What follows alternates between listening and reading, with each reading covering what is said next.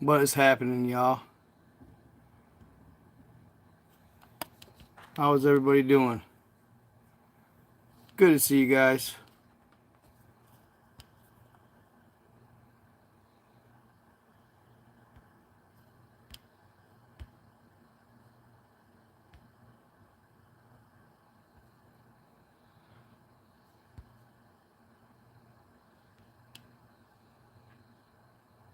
Yeah, sorry about that, guys. What is good? What's happening, Dre? Good to see you. I've been good. Been busy. Been busy.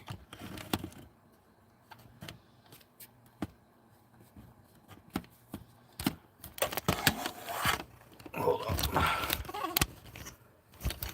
My stand loosened up on me. There. Shaking too much. Every move I made. I want the whole damn night to be shaking. What is happening, Samurai? What is up? Hammer Samurai. Good to see you guys. I wish these comments would stop a little lower, you know? Like they run through my whole face. Kind of weird. Massachusetts in the house. What is up? Hey y'all, make sure you're tapping that like screen. I forgot my damn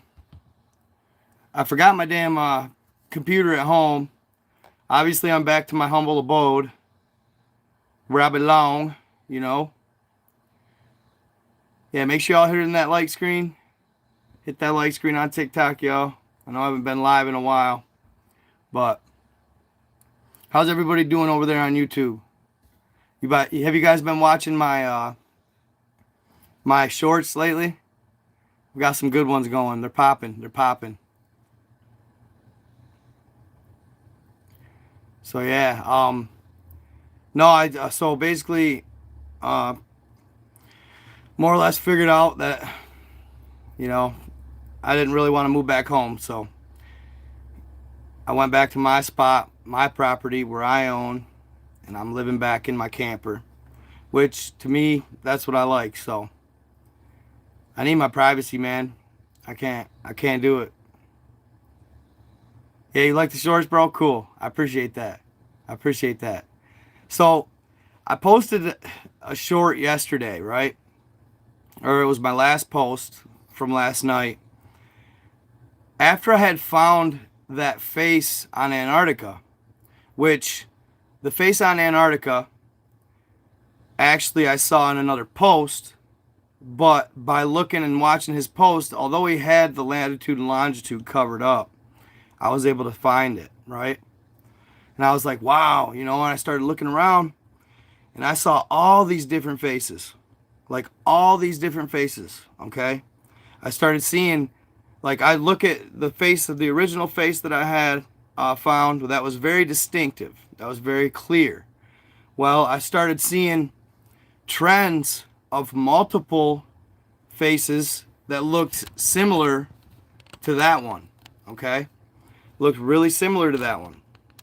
So I'd see multiple slits, mouth slits, all over that that area of mountains in Antarctica. Multiple faces, multiple statues. Okay. I even found, and I wish YouTube would figure it out and figure out how I can figure it out so I can go green screen on my lives, because I would love to be able to show you guys all this stuff I'm talking about that I found. I even found, I kid you not, I'm switching stands with the TikTok stand here. It's just too shaky. And my YouTube goes and saves as a video for me. So I don't want my YouTube to be all shaking and shit. YouTube is more important. I hate to tell you. It just is. Okay. So I even found, I shit you not, I can show it on TikTok here. Nope, cancel. Let me show it on TikTok. So if you guys on my YouTube check it out. So if I was you guys, I'd have me open on TikTok as well. If you have like 2 computers or whatever, you know what I'm saying? Because I show a lot of pictures of stuff on TikTok in my background, which is nice. It's a nice feature. I wish that YouTube had it. They really need to check it out, because once they have that, it'd be awesome. I'll be pretty much even up with, like, I had to choose tonight because I forgot my computer at home, and I just got this tablet, right? I had to choose tonight whether I should do TikTok or Facebook. I always do YouTube, no matter what, because guess what? You know, they're my most important platform at the moment. But Facebook, it stinks, and I would like to go live on Instagram as well, because it stinks I forgot my computer, but I always like to have one source I can refer to. Like, you guys, the Book of Enki, I had never read or even like remotely referenced the Lost Book of Enki, okay? When I say like wow, like friggin' wow, right? Crazy. What a cool ass story. Nevertheless, whether it's true, whether it's not, I have no idea. But I wonder if this will turn. No, it's gonna make me rotate device. Yeah, it's gonna make me stay in portrait. Sorry guys, just because these comments, bro. I hope they don't save like this. I hope my live don't save like this with these comments in my face like that. That's not live chat.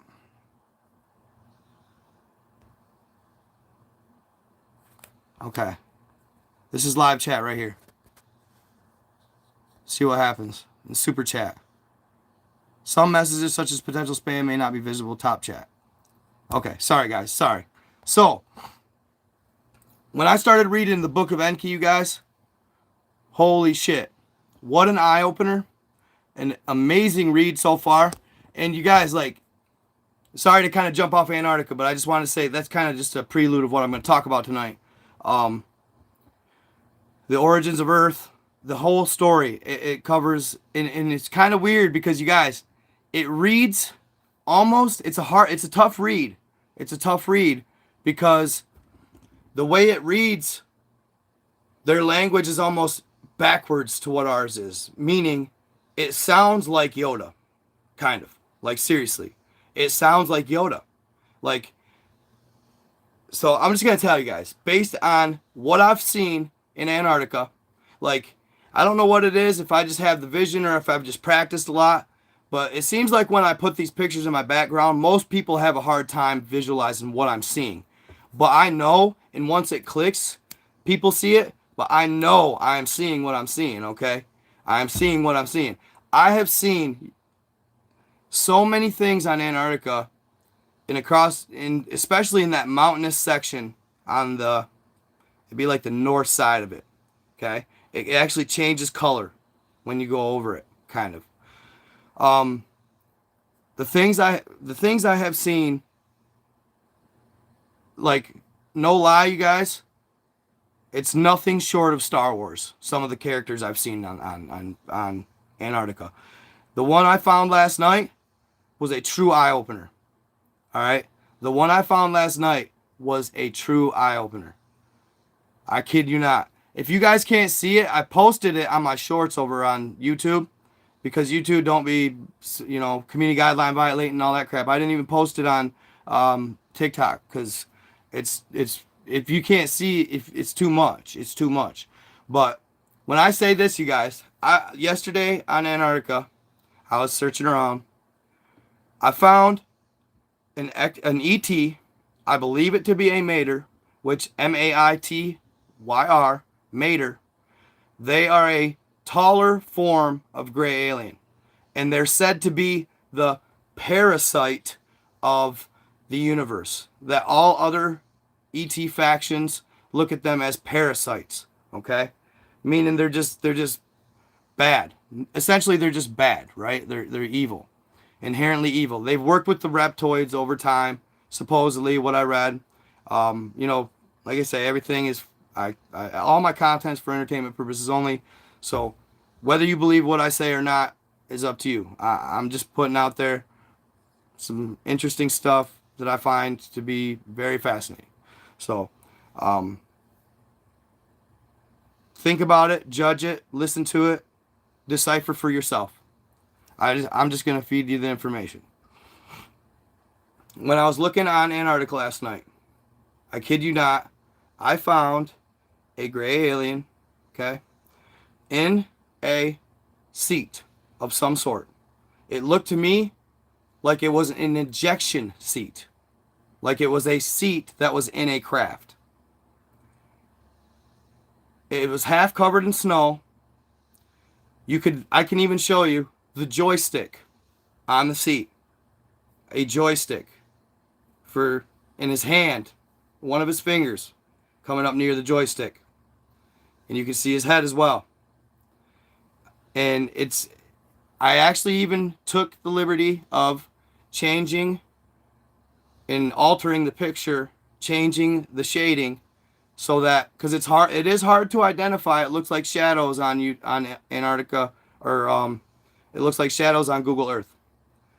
I changed some of the imaging and altered it. I'm thinking it'll help you see it better. Okay?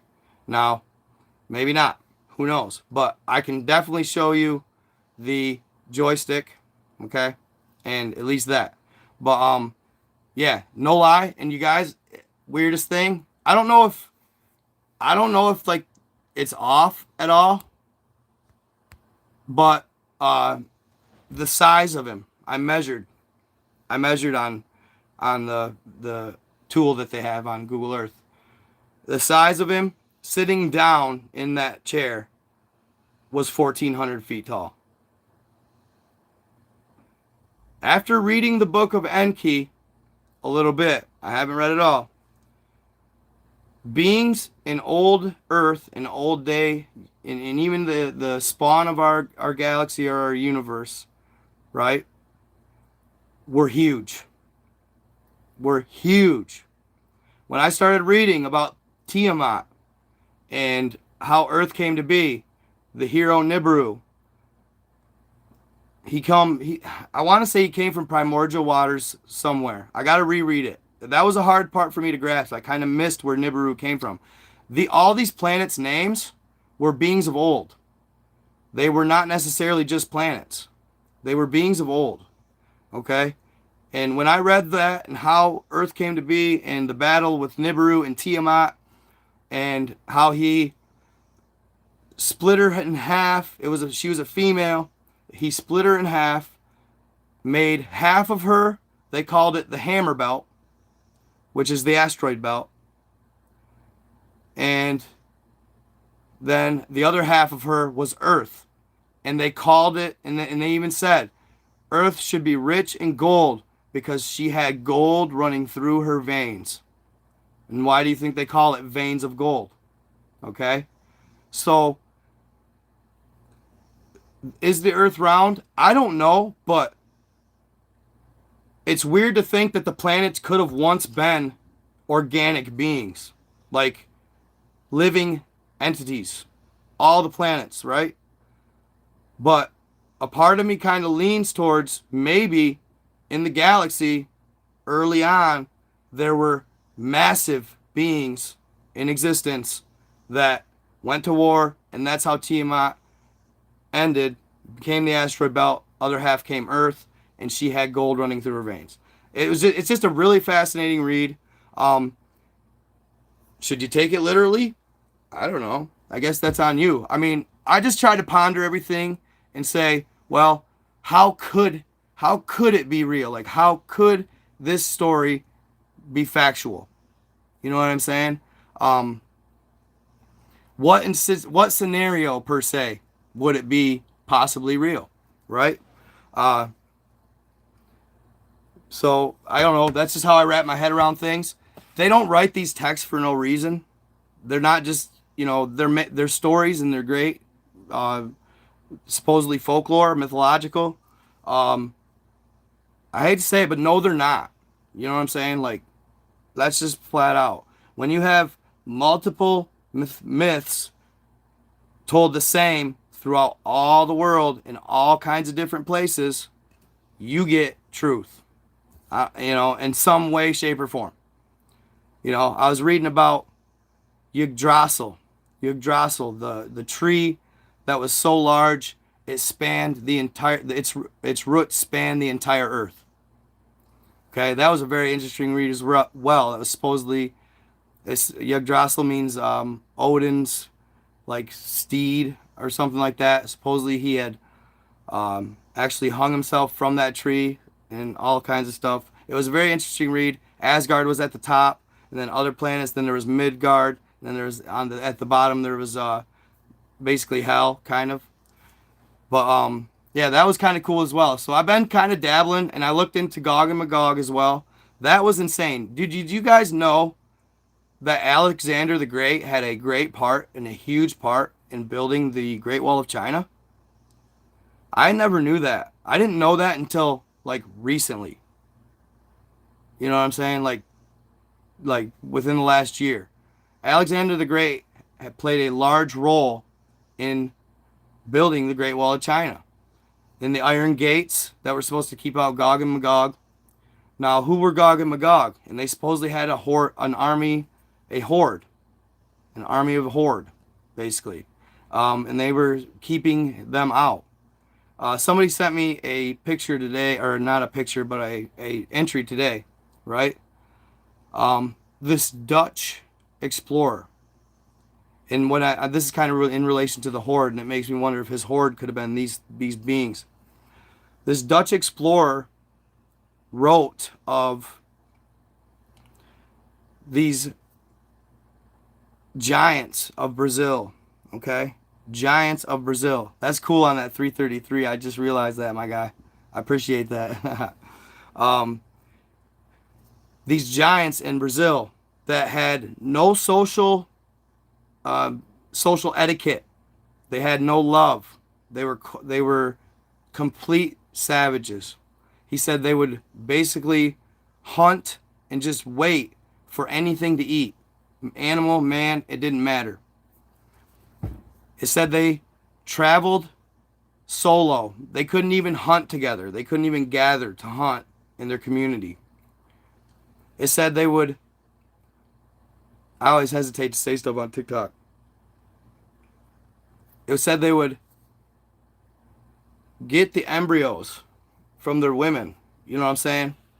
Like, this is how bad these giants, these man-eating giants were. Now, Gog and Magog, supposedly apocalypse bringers, and they're supposed to return. Could they have had a horde like this? And that's what the Great Wall of China was built for, to protect pretty much all of China from this great horde. Has anybody ever seen the movie? I don't even remember what it's called. It's with Matt Damon, and they're basically,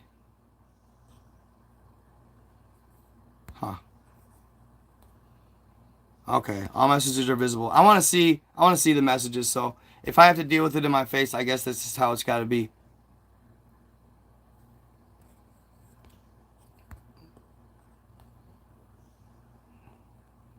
Across your channel, you really help give the notion that each myth has a grain of truth to it. It absolutely does. Yeah, the Great Wall. The Great Wall, what? Great Wall of China? Is that not right or something?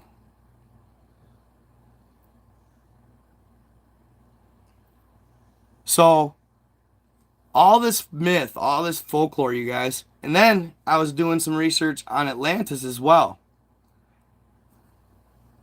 I think Atlantis spanned a lot of Earth, but I do kind of agree after doing some research that Atlantis, there's a good chance it was the Eye of Africa. If you look it up, the Eye of Africa.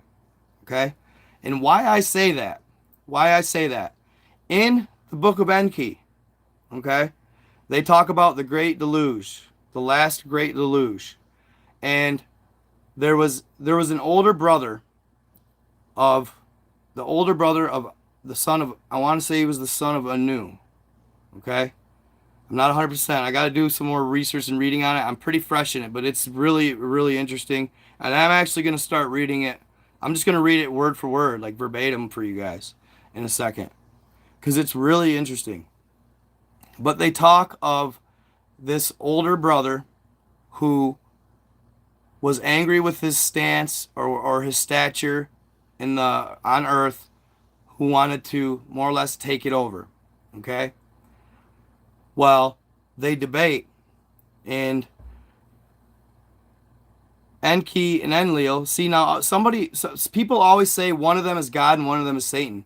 Based on the Book of Enki, they were both inherently good. I haven't gotten to the end of it yet, but based on the Book of Enki, they were both inherently good. Neither one of them wanted to bring the great deluge. Okay? But basically they got approved, these two other brothers who wanted to take out Marduk got approved of using the what do they call them? Basically the great weapons. The weapons of destruction, they called them, I'm pretty sure. The great weapons of destruction. And they go off and say, well, are we just going to repeat the past? And they're talking about Nibiru.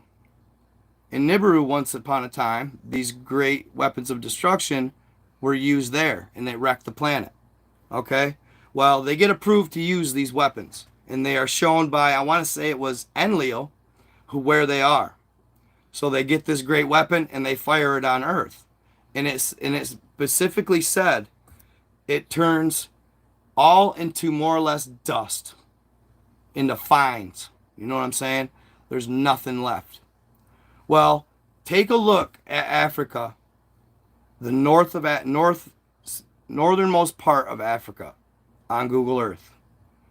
And you could see it. It starts in Africa on the Atlantic coast, and it runs all the way through Africa, all the way through the Middle East, and almost to Asia. Okay? And what's interesting is there's a part where one of Enlil's sons, okay? Oh shit. There's a part that one of Enlil's sons, and this is really intriguing, you guys. It made me think. There's a portion of it where he says, oh Father, great one, blah blah blah. He worships his dad, like calling him the great creator and all this stuff. He says, Can you spare my people of the great deluge? Can you spare them? Can you save them? And he eventually, Enlil says, son, you should escape, get out of here, just like you and I and your mother are, more or less. And the son says, no, my people are inherently good. I don't want them to die. And Enlil grants him this wish. Enlil says, yes, I will save and spare your people. Now, there's portions of the earth where it's all greenery. Like America has a little spot where it could have been like possibly a nuke used. But and Europe is pretty much all green. Look at China. And look at the population of China. Were they spared from the Great Deluge? Or were they spared from the Great Flood? It says in the Book of Enki that somebody was spared. A portion of people. Well, I've always wondered why their population is so much higher. I've always said they're possibly older as a being, as a species. Could they not have been the ones spared? I don't know. Hard to say. You know what I mean? For sure, obviously. But these are just theories. You guys, I'm just spitballing theories, right? It doesn't necessarily mean that it's fact. So don't, I get a lot of hate mail for what I say. Like people spreading lies and all this stuff. Which, that's okay. That's your opinion. I don't clap back or nothing. But I just want you guys to know that obviously, what I say here, I do not say is absolute fact. Because nobody knows. That's when people say it's not fact. How do you know? You don't. You don't. Nobody knows. I have just as good a chance of being right as most likely you do. Really. So, yeah, just, I don't, like to overly present my stuff as fact. But yeah, so going back to Atlantis. So look at the northern part of Africa, right? It's all desert. It's all desert. And what's there? Supposedly Atlantis, the eye of Africa. It's 3 rings, and it talks of in the description. I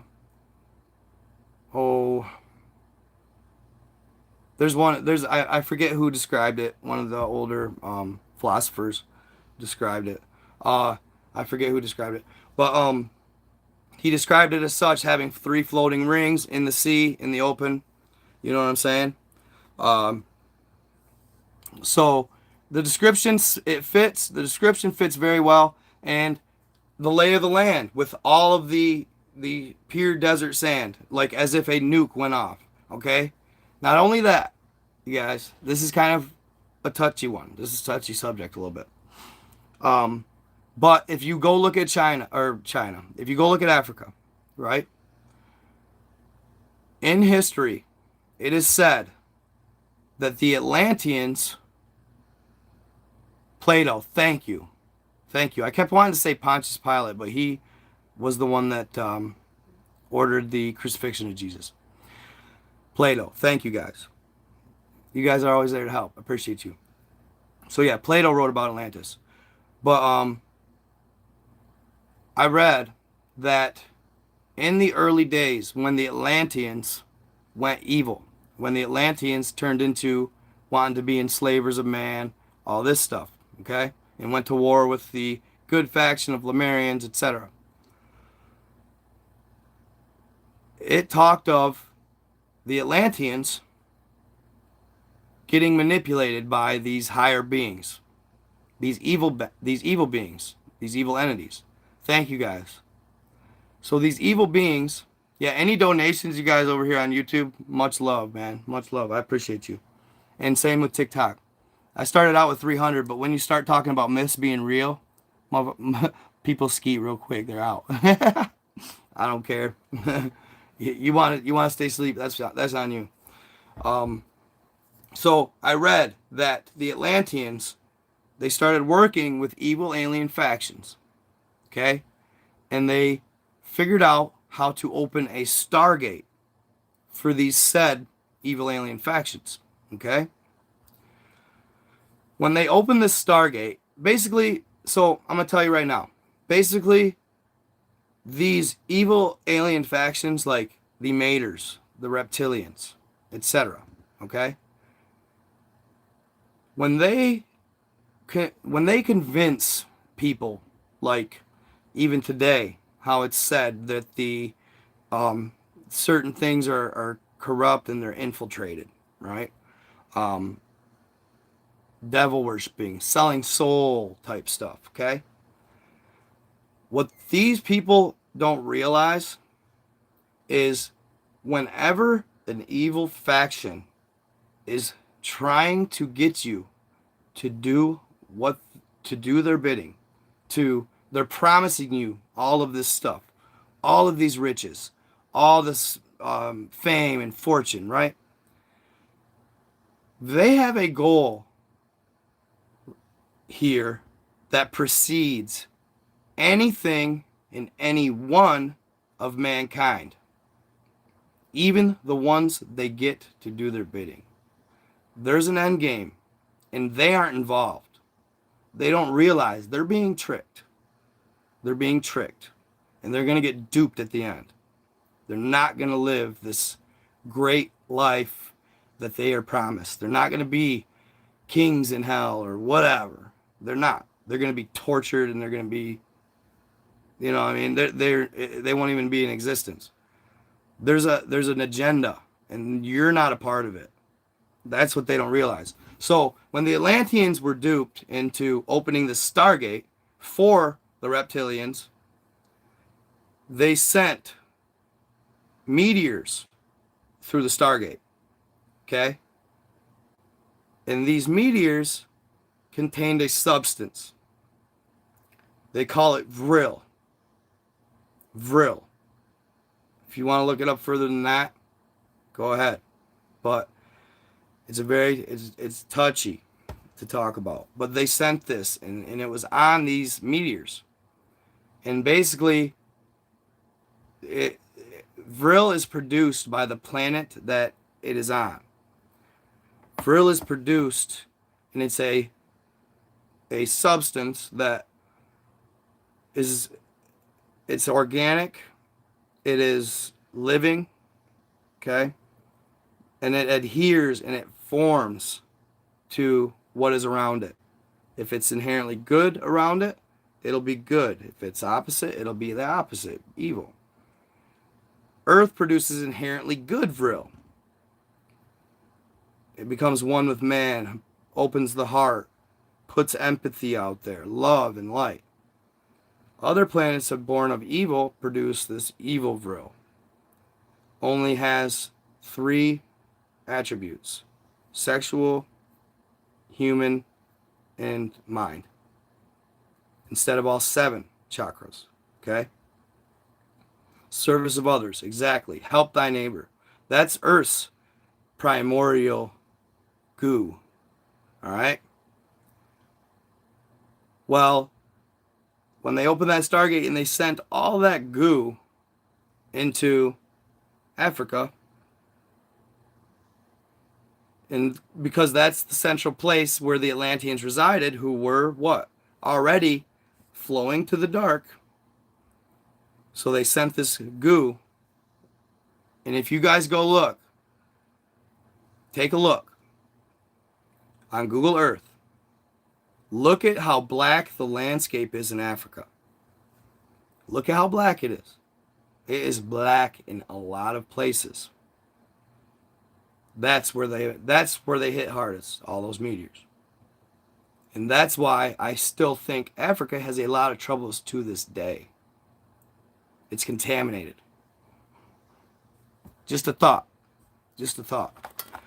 But yeah, if you go look, so that's why I also, like, as I was researching, got to be one with Mother Nature, creator of all. You know what I'm saying? That's facts. That's facts. And I'm telling you guys, it's wild stuff that I've been learning here since I've gotten going. A lot of the stuff that I've read comes from you. Woo! Marcel C. Damn, boy. Appreciate you. 50 rock. Let's go. I appreciate you, bro. Thank you so much for that. For real, dog. That means a lot. Thank you so much for that. So, awesome. So yeah, look at Africa on Google Earth, you guys. Look at Africa and check it out. It's got black. It looks like, some of it even looks almost reflective. Okay? So, another point in history where this substance had an effect. After, it was the beginning of World War II. So after World War I, beginning of World War II, a German soldier was exploring some underground caves of some sort, right? So he's exploring these underground caves, and he comes to the end of a cave, and he finds these stones, like which he'd never seen before. They were shiny, beautiful, kind of almost glistening. So they just stood out. So he gathers up the stones and he brings them back to his leader in command, and they're kind of observing it, and basically they figure out that they are of meteorite, or they're not of Earth. They're most likely of meteorite origin. Okay? Well, unusually, these stones were pitch black. Pitch black. Okay? Well, they did studies on them and all this stuff, and they started seeing things, and yeah. It became a part of that at that point contaminated the German army and the German higher officials, like our guy, right? The number one most popular, yeah. They had gotten contaminated with evil black goo. That's why, what did they have in WW2? Absolute lack of empathy, right? Some of the stuff they were doing, they had zero empathy. Kind of weird coincidences. Okay? So, yeah, crazy stuff. You guys, like, I'm sitting here and, like, I'm figuring out, to me, what is the history of everything that is here, why we are here. The more I find out, the luckier I realize we are right now to get a free-for-all, free go on this planet. I don't think we quite understand the peace that we have, that we could.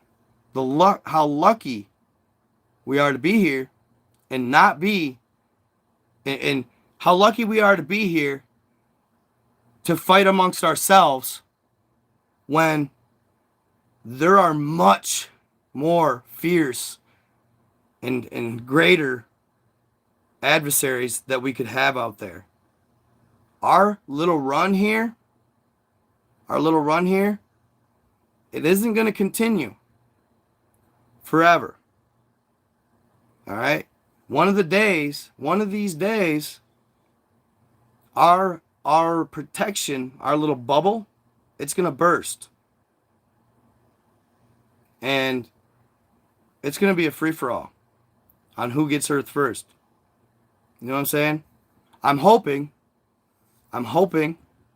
Thank you, Nolan Special. I really appreciate that. He said, by far best channel I've found in a long time. Love it. I'm hoping, though, that there's enough good beings on this planet. There's enough good beings here. Okay? That they save us as a species. Okay? So if you guys watch, go back. If you guys haven't, go to my YouTube and watch my last video, or my last full video. I have a playlist on the bottom of my YouTube. Full videos here. What those are my full videos. I love it. 212 in YouTube. Let's go. Or on YouTube. Thank you. I love it. Love it. I didn't think I'd get to that at all.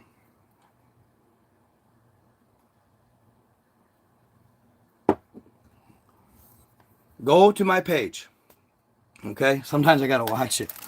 I talk about so many different things, you guys, that when I take pauses, I'm always talking about so many different things that sometimes it's hard to keep straight what my last topic of combo was. Okay? But go to my YouTube, you guys, and watch my last video. It's Russia's Alien Book of Secrets Part 4. Okay? That was one of the most eye-opening books, and I really thank the guy who hooked it up with that book, that source, that PDF. Shack on Facebook. I'm not on Facebook today. I think he called himself Shack with a Q, right? Shaq, both of them, like Shaq the baller, right? That was one of the most eye-opening reads I've, in all of my studying and all of my content creating, without a doubt, with one of the most eye-opening reads I've ever read. Now, on that video, and the last one I did, I read what was called in the book the Alien Dixit, D-I-X-I-T. Basically, it was the Mater's word to humanity. And I went through and I read it word for word. Anybody that reads that, it should touch. And it should make them want change and want to change. Not only am I trying to, I don't know, I'm not trying to say I'm like I'm not trying to be like this like, I don't know, I don't want to call it like truth spreader, you know what I'm saying? Because I don't know for sure if it's truth, so I don't like calling it truth. Okay? Yes, read it. I left you guys the source for that. I know a lot of people were messaging me, you know, well, what the heck? Why haven't you done Alien Book of Secrets the next episode? I want the source to that. I want the source. So I shared it in my description and on the video at the end. But what they say about humanity, it should be really awakening. And I guess what I'm trying to say is, if I'm talking to all these people and I am getting out there, right? And my reach has increased lately because of Facebook. Like, I'm starting to have friends of friends like call me up and be like, "Hey, bro, blah blah. These people, this group of people was talking, and they like, it's like almost, it's really cool because I'm hearing about groups, right? I'm hearing about groups of people who are bonding and coming together over my content. It's truly a beautiful thing, right? That they're actually like like like crews at work, crews at a job, you know. One of them was some roofers. They were a work crew and they all watched my stuff. Crews at another factory right in town, right here where I'm living. Crew, a whole factory's vibing and loving my content, talking about it. Like, wild stuff, right? Cool stuff. So basically what I'm trying to say is I'm trying to also send a message to people. Like, I think we take for granted we take for granted our history, our ancestry. We take for granted not God, not necessarily, well, we do God, right? What we believe is God. We take for granted our creators and our what what we should be doing and how we should be living if we want to become a part of something much, much more beautiful and greater. You know what I'm saying?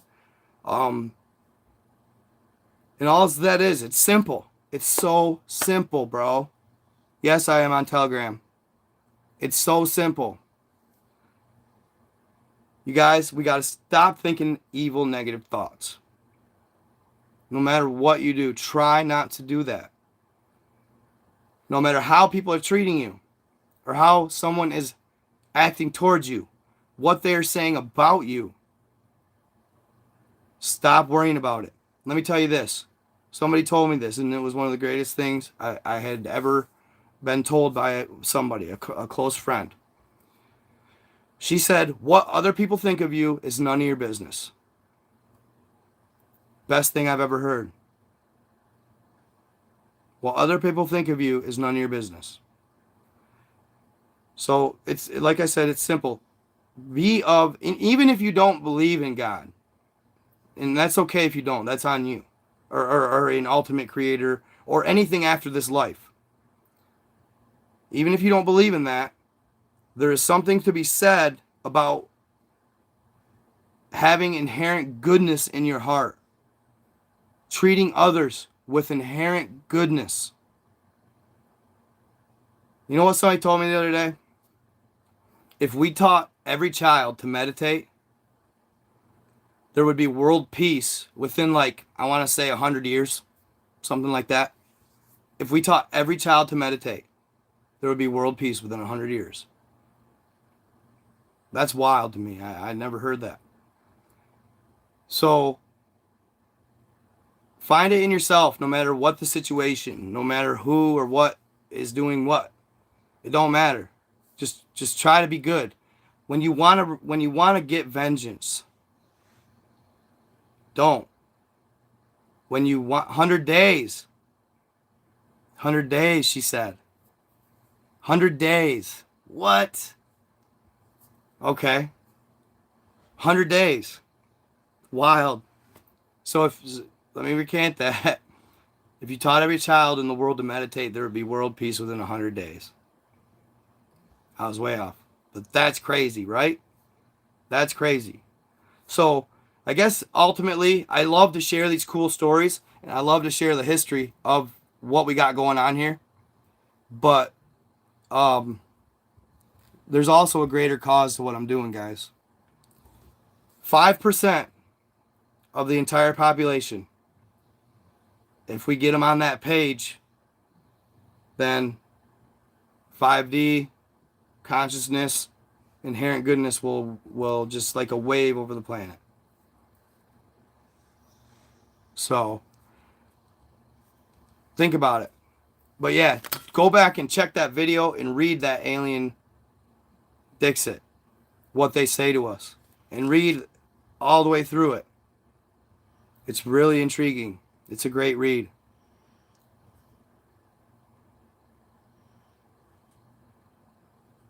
Huh, interesting. Yeah. I'm glad you're enjoying. So, um I wish dang it, I wish I had the green screen on here, guys, on YouTube, because I would love to show you guys the stuff. Uh I don't know how I'm going to do it or if I'm going to waste my time doing it because at the I could I guess I could have showed you on this, but maybe next live. But just go check my shorts. But I wanted you guys to see the one where I altered some stuff. But I'm gonna skip that for now. I'm gonna I think what I want to do is go to the book of Enki and kind of read it and then talk about it as we're reading it. Stuff like that. So yeah, the Mandela effect. I've done videos on it. I got minute-long videos on the Mandela effect. Thank you, Casey Young. I appreciate that. Thank you.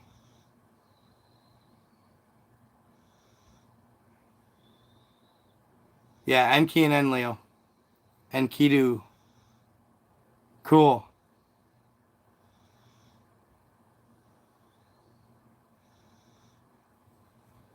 Like you guys are chatting. I love that. It seems like for some reason, maybe it's just probably because I have more people, but there's a lot of chatting going on YouTube today. So guys, on TikTok, hop over to my YouTube, check it out. Check my lives out there. Subscribe. Like my videos, all that stuff. Share them.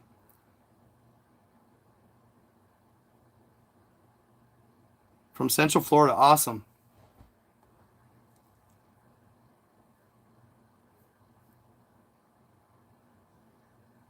Yup, yup. I'm gonna read the book of or Gilgamesh too. I want to read the Epic of Gilgamesh too one of these days. I've read it.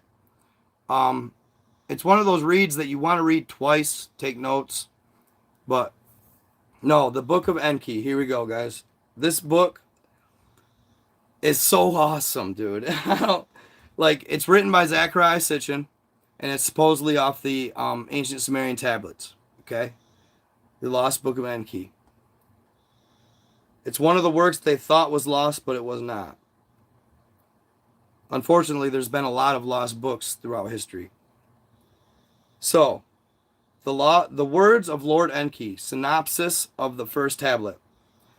I'm just going to kind of be reading it off my tablet. So, lamentation over the desolation of Sumer. So it don't keep. How the gods fled their cities as the nuclear cloud spread. The debates in the council of the gods, the fateful decision to unleash weapons of terror. That's what it's called. That's what they called them, weapons of terror. The origin of the gods and the awesome weapons of Nibiru. Nibiru's north-south wars, unifications, and dynastic rules. Nibiru's place in the solar system. A dwindling atmosphere causes climate changes. Efforts to obtain gold to shield the atmospheres fail. Alalu, a usurper, uses nuclear weapons to stir volcanic gases. Anu, a dynastic heir, deposes Alalu. Alalu steals a spacecraft and escapes from Nibiru. Awesome stuff. Dude, you guys, this should be like a movie, no question. So, the first tablet. The words of the Lord Enki, firstborn son of Anu, who reigns on Nibiru. And this is why people have said, thank you, Pied Piper. Thank you so much. Any donations, you guys help immensely. So you guys are awesome. Thank you. So, the firstborn son of Anu who reigns on Nibiru. This where people say, oh, Enlil's the devil or Enlil's the evil one, and Enki's the god. Enki's God. Enki's inherently good. And then vice versa. Here, to me, Enki is inherently good also, right? I've heard more that Enlil is God. But with heavy spirit, this is Enki. With heavy spirit I utter laments. Laments that are bitter fill my heart. How smitten in the land. And really, you guys got to really listen and decipher. The way it is written is very Yoda-esque, okay? How smitten in the land. Its people delivered to the evil wind. Its stables abandoned. Its sheepfolds emptied. How smitten are the cities, their people piled up as dead corpses, afflicted by the evil wind. How smitten are the fields, their vegetation withered, touched by the evil wind. How smitten are the rivers. Nothing swims anymore. Pure sparkling waters, thank you, chariots of gold, turned to poison. Of its black-headed people, Sumer is emptied, gone is all life. Of its cattle and sheep, Sumer is emptied, silent in the hum of churning milk. In its glorious cities, only the wind howls. Death is the only smell. Appreciate that, holy beloved. Thank you. On the banks of lordship and kingship, command there is none. Scepter and tiara are gone. On the banks of the two great rivers, once lush and life-giving, only weeds grow. No one treads the highways, which is crazy. They talk about highways way back then. Highways, y'all. I know you guys have seen some of my videos or my video talking of the canals on the bottom of the ocean floor. Well, some of those, after reading this, it's possible, and at first this is what I thought they were, is roadways. So I'm thinking some of those were roadways. No one seeks out the roads. Flourishing Sumer is like an abandoned desert. How smitten is the land, home of gods and men. On that land a calamity fell, one unknown to man. A calamity that mankind had never before seen, one that could not be withstood. On all the lands from west to east, a disruptive hand of terror was placed.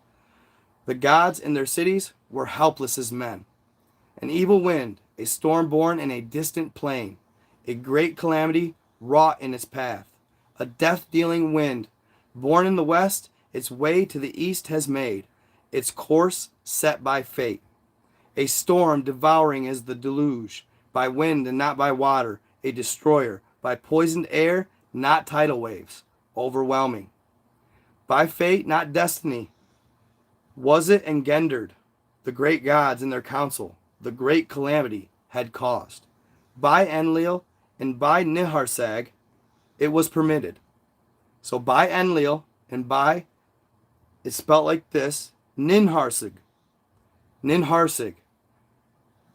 Ninharsag. Ninharsig. Some of the words, you guys, or the names, are really, so bear with me on that. I think I did pretty good on that one, Ninharsig. It was permitted. So Enlil and Ninharsig permitted the weapons of terror to be used on earth. I alone for a halt was beseeching. Meaning, Enki, I alone for a halt was beseeching. I tried to stop it. I voted against it. All right? Day and night to accept what the heavens decree, I argued, to no avail. Ninurta, Enlil's warrior son, and Nargal, my very own son, Enki's son. Ninurta, Enlil's warrior son, and Nargal, Enki's only son, or my very own son, Enki's only son. Poisoned weapons in the great plain then unleashed. Now, what did I just say? Look at Africa. Poisoned weapons in the great plains unleashed. No question. That's where it originated. That's where they hit. That was their first choice of the weapons of terror, if you will. The Great Plains. Well, yeah, the desert was once probably a lush Great Plain with life and it was flourishing. This is all speculation, guys. I'm not trying to, say it's absolute. Nothing's absolute. Except for the absolute. Ninurta, Enlil's warrior son, and Nargal, my very own son, poisoned weapons in the great plain then unleashed. That an evil wind shall follow the brilliance we knew not. they now cry in agony. Meaning, they didn't realize the after effects it would have. This great poisoned wind. Okay? Now, that an evil wind shall follow the brilliance. Now, the brilliance. What's the brilliance? The explosion itself. The weapon itself was the brilliance. That was the beautiful explosion or whatever, like they would probably say brilliance because why? Well, they were a warring faction and a weapon would be brilliant the greater it was, right? That the death-dealing storm born in the west its course to the east shall make. Who could have foretold? The gods now bemoan.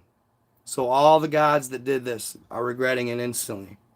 In their holy cities, the gods stood disbelieving as the evil wind toward Sumer made its way.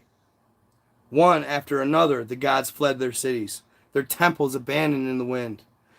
In my city, Eridu, as the poison cloud approached, I could do nothing to stop it. Escape to the open steppe. To the people I gave instructions.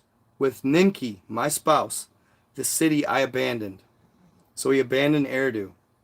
In his city, Nippur, place of the bond, heaven and earth, Enlil could do nothing to stop it. The evil wind against Nippur was onrushing. In his celestial boat, Enlil and his spouse hurried and took off. In Ur, Sumer's city of kingship, Nanar to his father Enlil cried for help. This is the part I was talking about earlier. In the place of the temple that to heaven in 7 steps rises, Nanar, the hand of fate, refused to heed.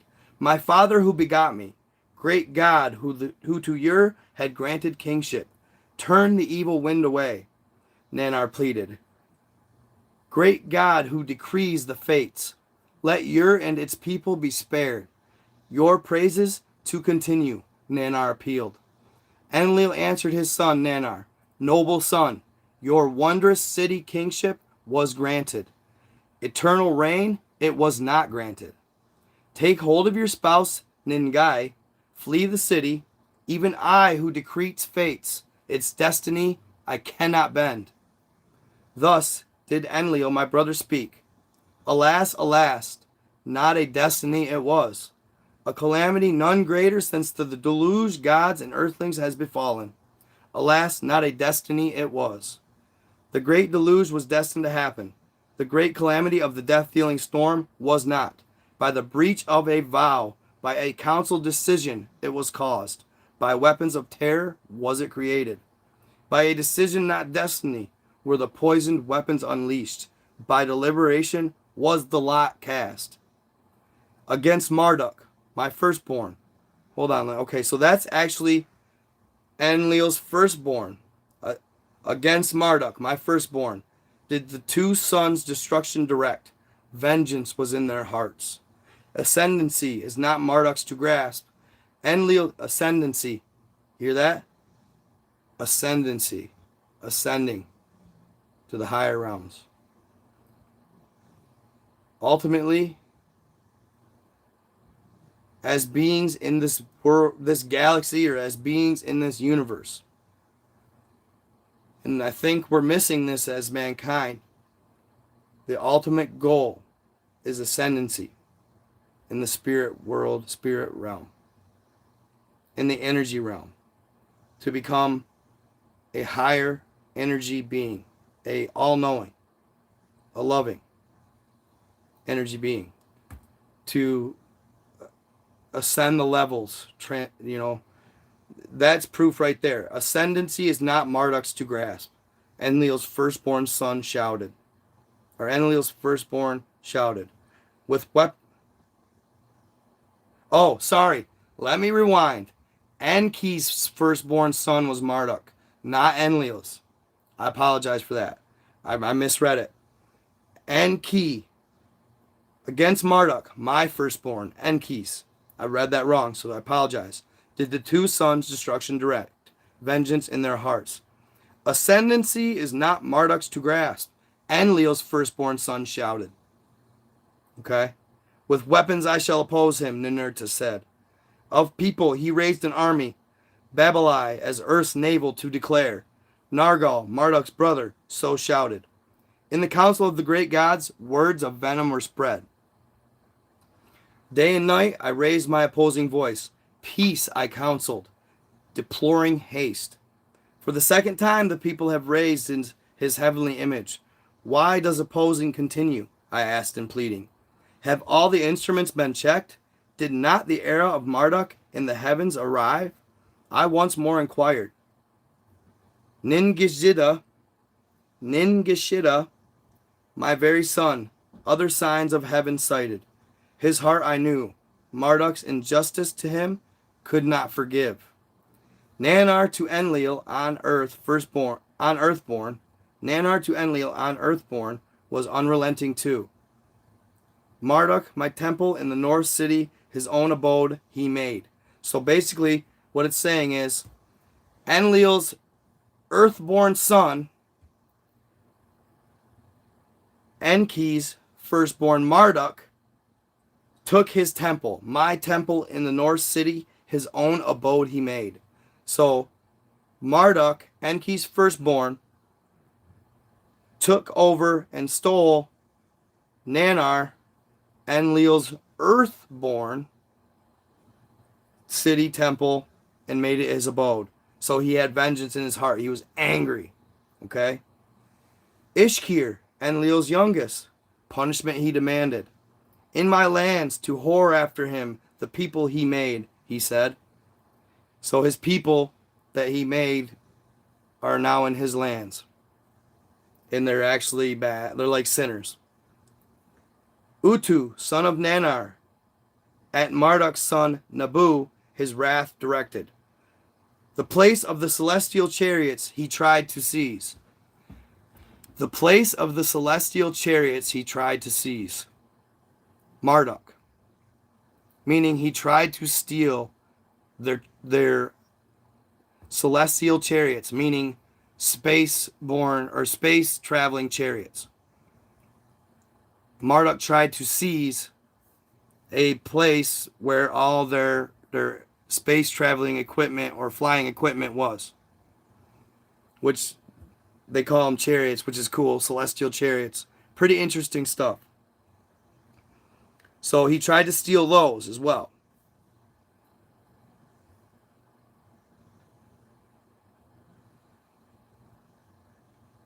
Utu, son of Nanar, and Marduk's son Nabu, his wrath directed. The place of celestial chariots he tried to seize.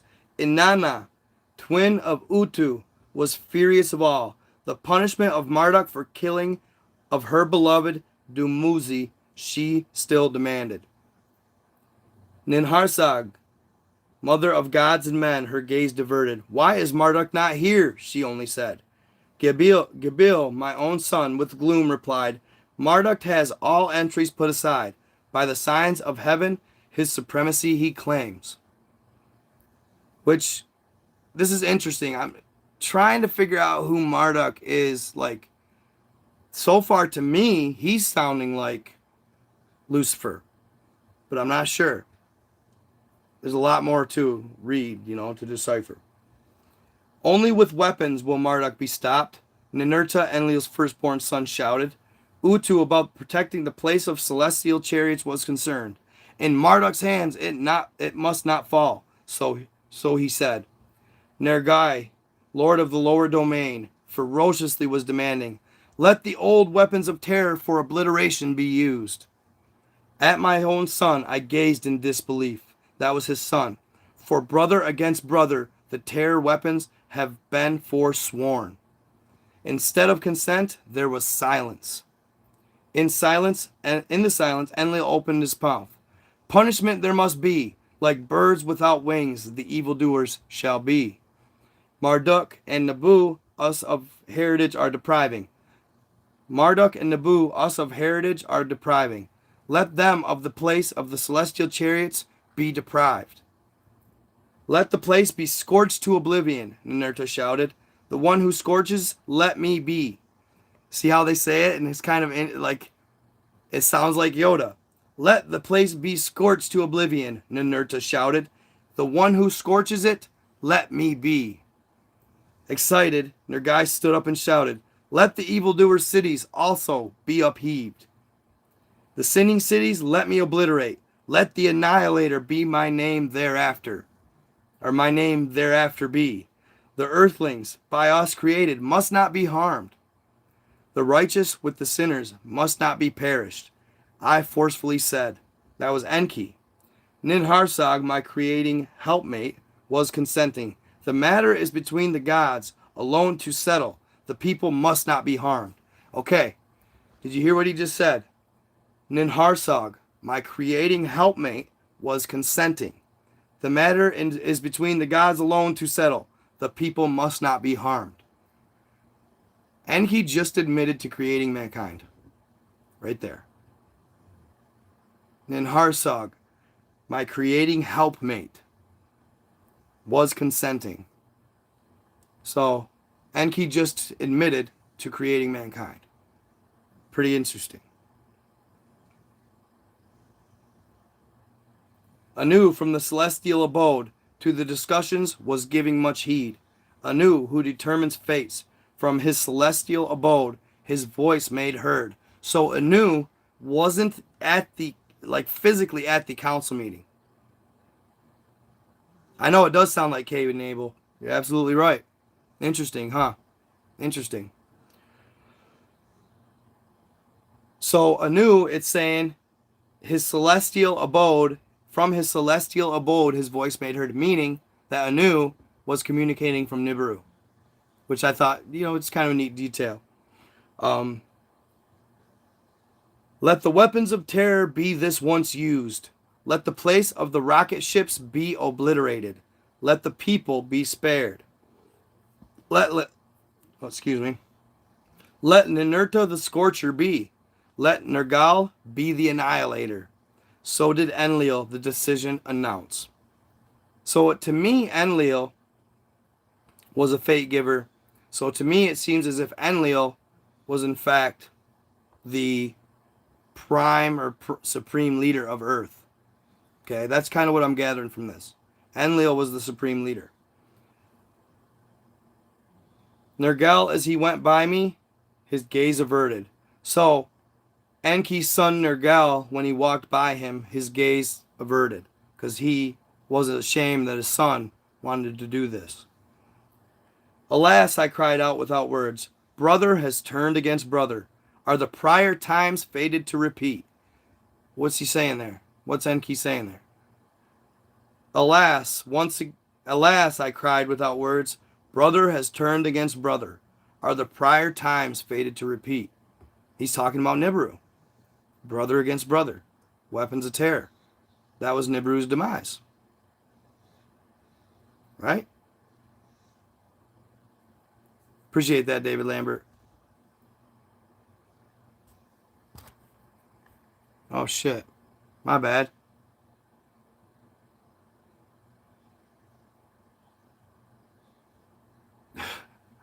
People. It's one thing I'll say. Right? Garden of Eden, for sure. A secret from the olden times to them Enlil was revealing. The weapons of terror to their hands entrusting. Clad with terror, with a brilliance they are unleashed. All they touch, to a dust heap they turn. All they touch, to a dust heap they turn. For brother against brother on earth, they were forsworn, neither region to affect. Now the oath was undone, like a broken jar in useless pieces. The two sons, full of glee, with quickened step from Enlil's chambers they emerged, for the weapons departing. So Enlil told them where the weapons of terror are, and they were going to get them.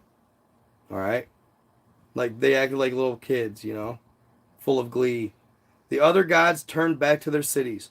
None of his own calamity had a foreboding. Now this is the account of the prior times and the weapons of terror.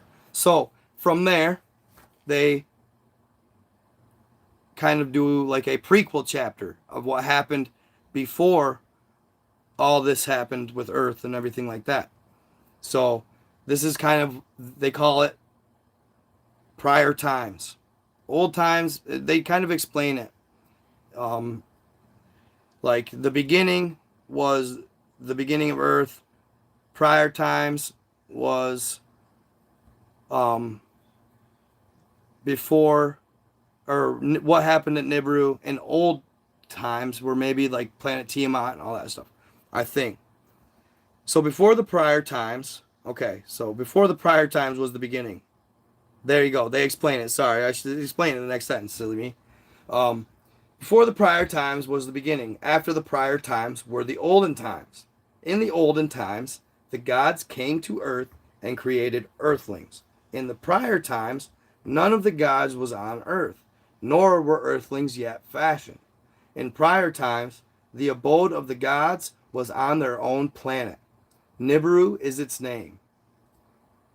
A great planet, reddish in radiance, around the sun, an elongated circuit Nibiru makes. For a time in the cold is Nibiru engulfed. The part of its circuit by the sun strongly is it heated. A thick atmosphere on Nibiru envelopes. By volcanic eruptions it's constantly fed. All manner of life this atmosphere sustains. Without it, there will be only perishing. In the cold period, the inner heat. So basically, if you guys haven't seen it, Nibiru's orbit is really elongated, and it supposedly only passes every 3,600 years. That's arguable, though. They say up to 4,000. So when it's away from the sun, it's really cold. But it's saying here, in the cold period, inner heat of Nibiru, it keeps about the planet, like a warm coat that is constantly renewed. In the hot period, it shields Nibiru from the sun's scorching rays. In its midst, rains it holds and releases to lakes and streams, giving rise. Lush vegetation our atmosphere feeds and protects. All manner of life in the waters and on the land to sprout it caused. After eons of time, our own species sprouted, by our own essence, an eternal seed to procreate. As our numbers grew, to many regions of Nibiru, our ancestors spread. Some tilled the land, some four-legged creatures shepherded. Some lived in the mountains, some in the valleys, their homes they made. Rivalries occurred, encroachments happened. Clashes occurred, sticks became weapons. Clans gathered into tribes, then two great nations each other faced. The nation of, listen to this, the nation of the north against the nation of the south took up arms.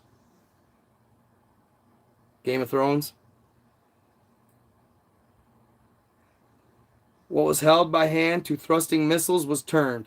Weapons of thunder and brilliance increased the terror. A war, long and fierce, engulfed the planet. Brother amassed against brother. There was death and destruction from both the north and south. For many circuits, desolation reigned in the land. All life was diminished. Then a truce was declared. Then peacemaking conducted. Let the nations be united, the emissaries said to one another. Let there be one throne on Nibiru, one king to reign over all. Let a leader from the north or from the south by lot be chosen, one supreme king to be. If he be from the north, let the south choose a female to be his spouse, as equal queen to reign alongside. If by lot a south male is chosen, let the north female be his spouse. Let the north female be his spouse. Husband and wife let them be, as one flesh to become. Let their firstborn son be the successor. Let a unified dynasty thus be formed. Unity on Nibiru forever to establish. In the midst of the ruins, peace was started. North and south by marriage were united. The royal throne into one flesh combined. An unbroken line of kingship was established. The first king after peace was made, a warrior of the north he was, a mighty commander. By lots true and fair was he chosen. His decrees in unity were accepted. For his abode he built a splendid city. Agade, unity meaning, was its name. For his reign, a royal title he was granted. An it was. An was the firstborn of the United faction. The Celestial One was its meaning. With strong arm order in the lands, he reestablished. Laws and regulations he decreed. Governors for each land he appointed. Restoration and reclamation was their foremost task. Of him in the royal annals, thus it was recorded. And the lands unified. Peace on Nibiru he restored. He built a new city. The canals he repaired. Food to the people he provided. There was abundance in the land. For his spouse, the south, a maiden was chosen. For both love and warring she was noted. An too was her royal title. The leader who is An's spouse, the given name cleverly did mean. She bore An 3 sons and no daughters. The firstborn son was by her named Enki. By An, a solid foundation was its meaning. Alone on the throne he was seated, a spouse to choose who twice postponed. So Enki, this is Enki. Alone on the throne he was seated, a spouse to choose was twice postponed. In his reign, concubines were brought into the palace. A son to him was not born. So, concubines. Basically,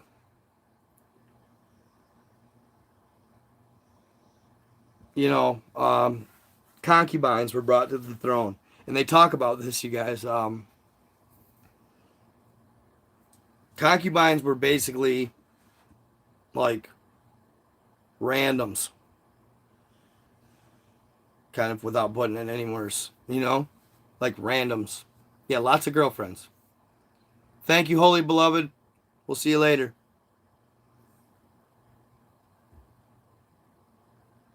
So basically, the firstborn son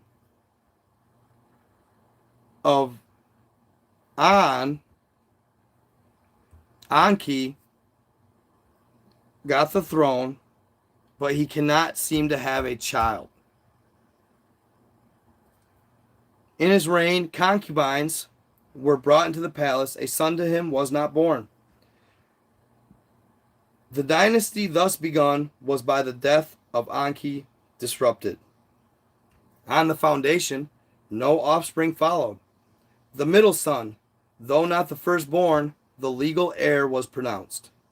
From his youth, one of 3 brothers, Ib, by his mother was lovingly called. The one in the middle, his name did mean. Pretty simple. By the royal annals, on Ib he is named. In kingship, celestial by generations. The one who is An's son, the name signified. He followed his father on Nibiru's throne. By count, he was the 3rd to reign. The daughter of his younger brother, so this, bear with me guys on this, okay? It's funny because the other day, I was over at a buddy's house, right? And he breeds dogs. He breeds these bulldogs. And he said they call it,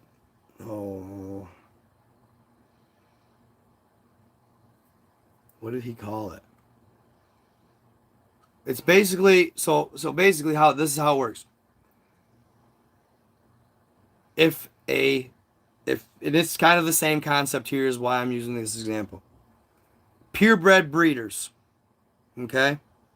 They have a tactic they use to keep the bloodlines pure. So they'll take a mother and a father, purebred, and they'll have children. Shadow breeding. Yes, shadow breeding. Thank you. So shadow breeding, that's what it's called, shadow breeding. Shadow breeding. Yeah, there you go. Okay, so shadow breeding. I know that was easy to should remember that. But anyway, where they have the mother and father, and they have a litter of puppies. Okay? Now,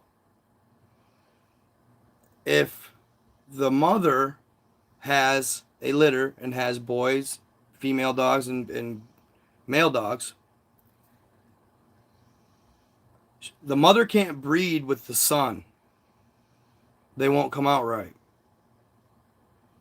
But the father can breed with the daughter, and it will come out normal. You know what I'm saying? A lot of purebreds are kind of, there's a reason for that. But yeah, so this is kind of like the same concept, but just a little further down the line. So,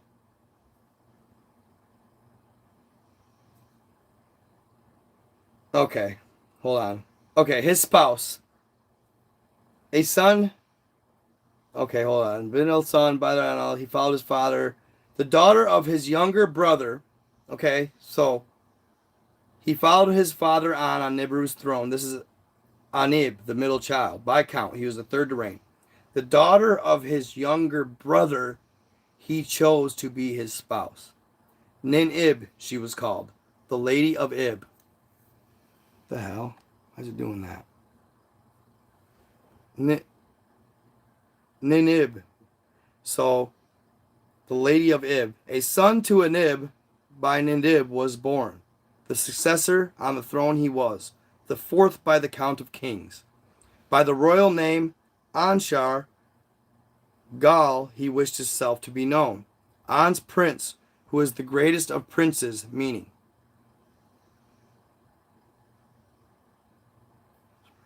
Greatest, his spouse. Okay, so it's his spouse, a half-sister, Kishegal, was equally named. Okay? It's always like half. Meaning, a lot of times I think it's the same mother, if I'm correct.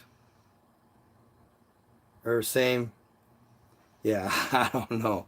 Same one, right? I don't know exactly which one. Maybe same father, different mother. That would make more sense. The same mother would be, you would think closer, right? Same father, less so, because of the womb thing. Okay, so yeah, that's how they kept the bloodlines pure, and so that's crazy to me to think about that these ancient higher beings were doing this. It's been known to be done throughout Europe, as to keep the bloodlines pure. You know what I mean? Interesting to say the least. Okay, that the Anunnaki basically were also inbred. I mean, right? I don't know what else to say, but they're inbred. Yeah.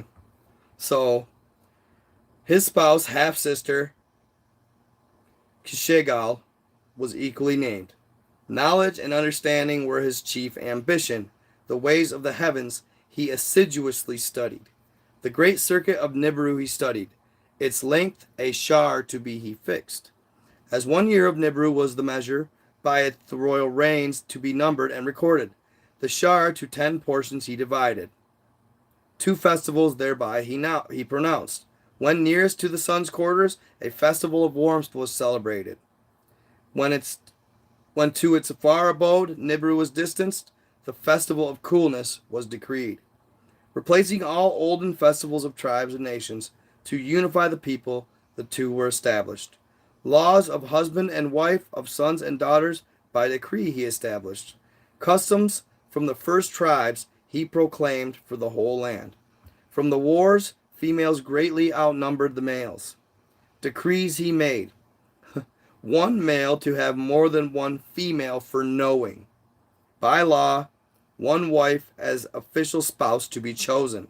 First wife to be called. By law, the firstborn son was his father's successor. So basically, he wrote in the law that a man can have multiple wives. Not 1 wife, multiple knowings. Because there was way more females than males due to the war. So by law, the firstborn son was his father's successor. By these laws, confusion soon came about. If the firstborn son was not by the firstborn, or the first wife was born, so basically, by the laws, confusion soon came about. Who would be the heir? The son of the first wife, or their firstborn, or if he had his concubines, and he had a son by them, would he be the firstborn? And thereafter by the wife a son was born, by law the legal heir becoming. Who shall be the successor? The one by the count of Shar's firstborn, or the one by the wife's firstborn? The firstborn son, the legal heir, who shall inherit, who shall succeed? In the reign of Ashgar, in the reign of Anshargal, Kishargal, as his first wife was pronounced, a half sister of the king she was. In Anshargal's reign, concubines were again brought into the palace. By the concubines, sons and daughters to the king were born. A son by one was the first to be born. The son of a concubine was the firstborn. Thereafter King Kishargal bore a son. The legal heir by law he was, the firstborn he was not. In the palace, Kishargal raised her voice in anger, shouting, "If by rules my son, by a wife or a first wife born, from succession shall be barred. Let the double seed not be neglected. Though of different mothers, of one father, the king and I are offspring. I am the king's half-sister. Of me the king is half-brother. By that my son the double seed of our father Anib possesses. Let henceforth the law of the seed, the law of espousal overpower. Let henceforth a son by a half-sister, whenever born above all other sons, rise to succession." So the inbred gets no, I'm just kidding. So the pure blood gets the throne. Like when their firstborn couldn't have a child, that makes you wonder if it was, because of inbreeding, right?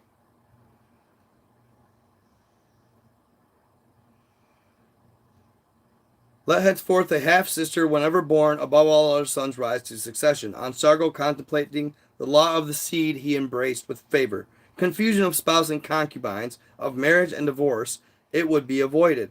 In their council, the royal counselors, the law of the seeds for succession they adopted. By the king's order, the scribes, the decree recorded. Thus, the next king by the law of the seed for succession was proclaimed. To him the royal name Anshar was granted. Fifth on the throne he was. Now this is the account of the reign of Anshar and the kings who follow. Now this is where it starts to go south. Anshar does not do a good job. When the law was changed, the other princes were contending. Words there were, rebellion there was not. As his spouse Anshar, a half-sister chose, he made her first wife. By the name Kishar she was called.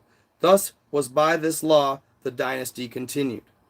In the reign of Anshar, the fields diminished their yields. Fruits and grains lost their abundance. From circuit to circuit, nearing the sun, heat grew stronger. In the faraway abode, coolness was more biting. In Agade, the throne city, the king, those of great understanding assembled. Learned savants, those of great knowledge, to inquire were commanded. The land and the soil they examined, the lakes and the streams they put to the test. It has happened before. Some gave an answer. Nibiru in the past, colder or warmer, has grown. A destiny it is, in the circuit of Nibiru embedded. Others of no.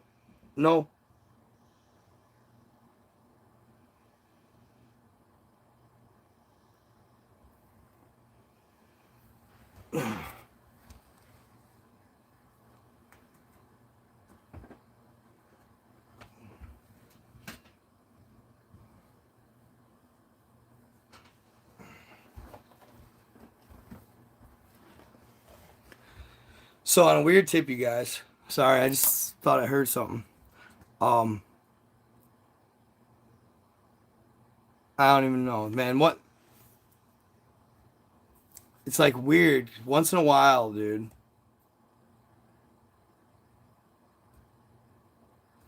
And I don't know. I think we just have a lot. Like, I'm like superstitious, kind of. I don't know. Um,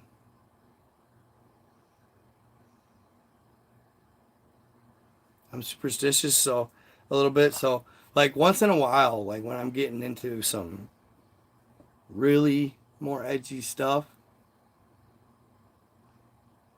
it's happened to me 3 times.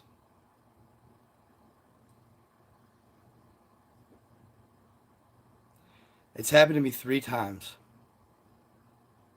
So Anunnaki, so even the Anunnaki were inbred. Yeah. Oh, that's terrible. So once in a while, you guys, I'm not. This is just probably just it could be me just being silly, right? Um, so they say that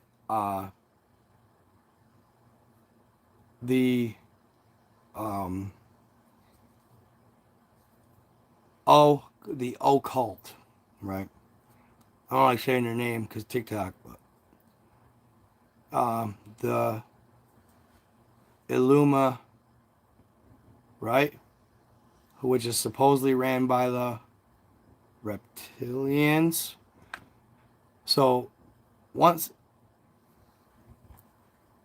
they're they have a symbolism that they use, right? They have a particular animal that represents them, right? Anybody know what it is? Anybody know? Owl. Yeah. So I swear to God, I'm probably just being stupid, right? But I swear to God, y'all, when I start posting like edgier content, right? Every single time I get to that point where I'm like pushing the content, on God, dude, this happened to me last year.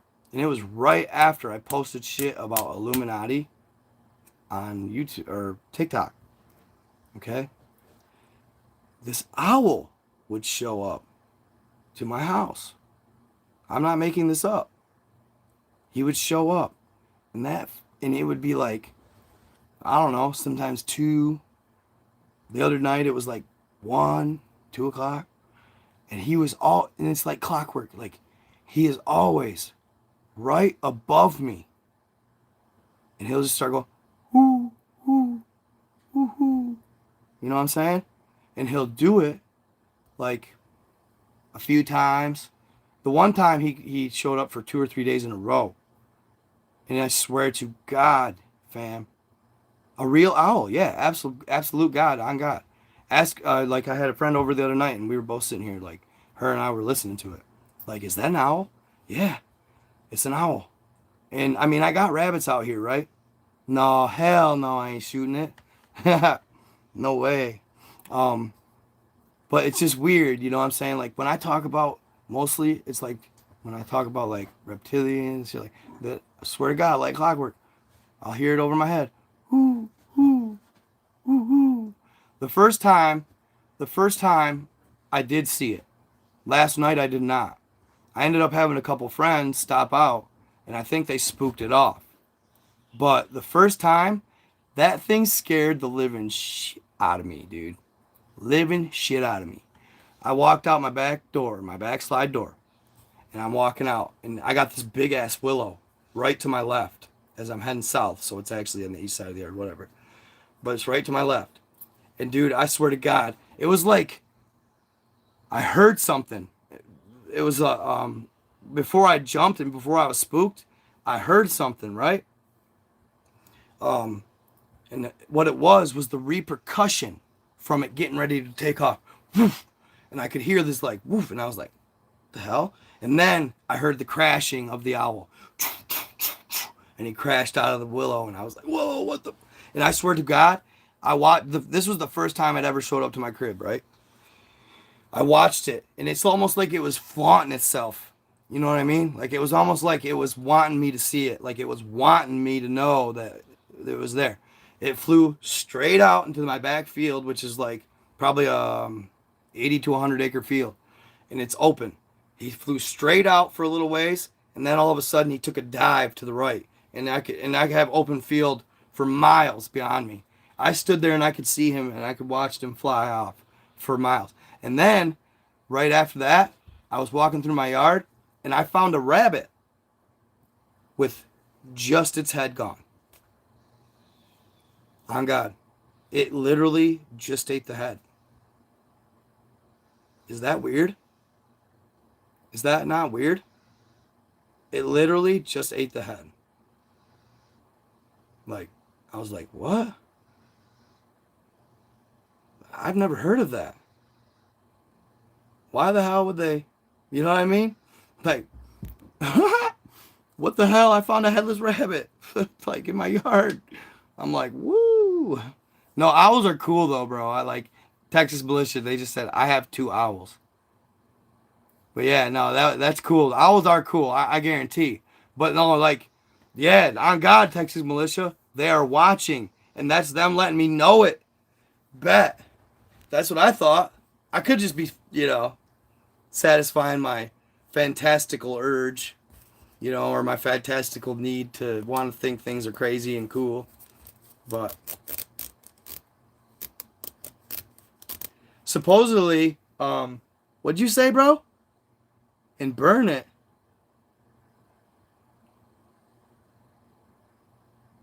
Yeah, owls are amazing. They're cool as hell, dude. They really are.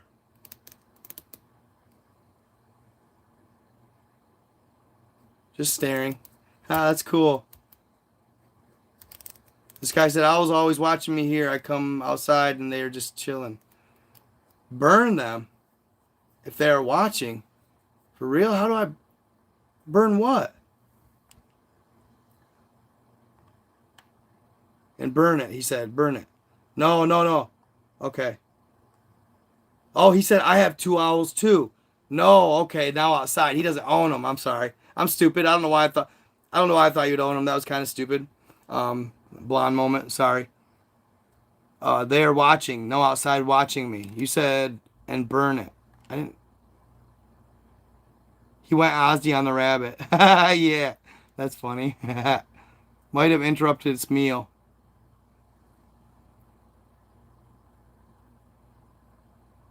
No, I'm not, So, of course, people are saying it's paranoia, whatever. You know what, dude? I got a message from somebody the other day who basically they told me and you know, basically my belief, they reinforced it in the fact that of what I share and the somewhat risk it is involved with it. Nobody knows until like you got a bunch of people watching you. Like I worry sometimes. Like that reptilian book of secrets was definitely edgy. Whether it be true or not. I mean, you know, it,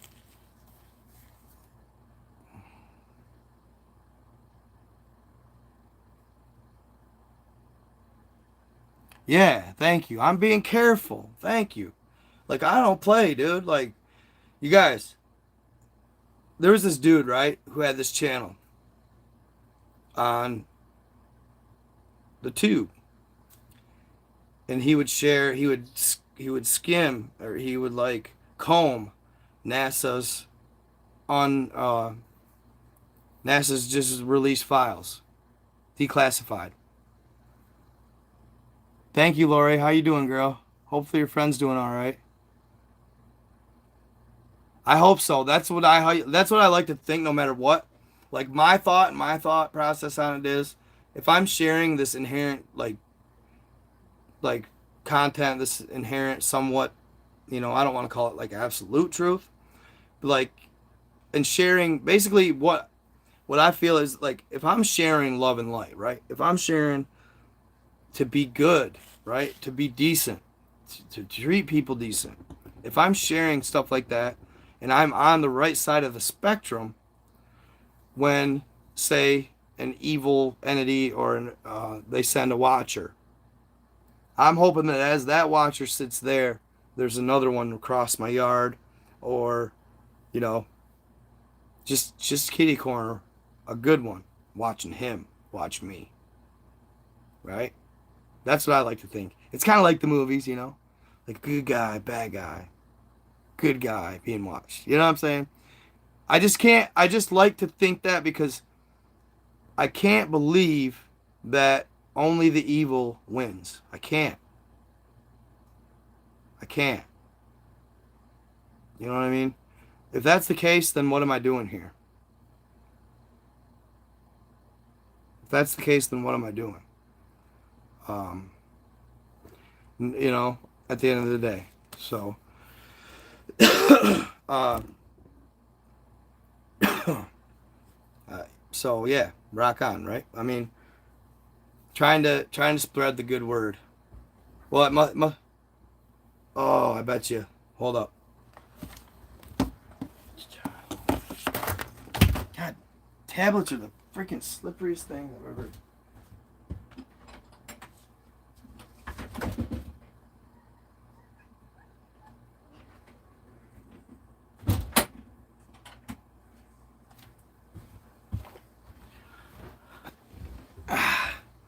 Okay. You said go back and read my first chat. The fourth kind. The fourth kind. The fourth kind. The fourth kind. I know, I swear I've seen that.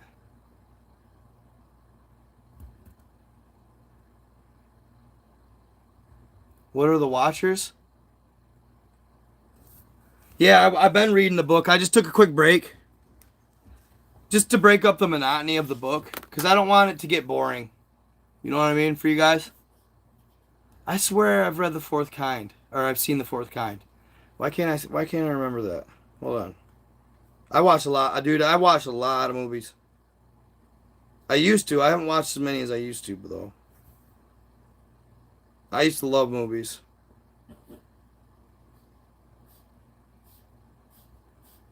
Puppers, what's going on? You alright, buddy?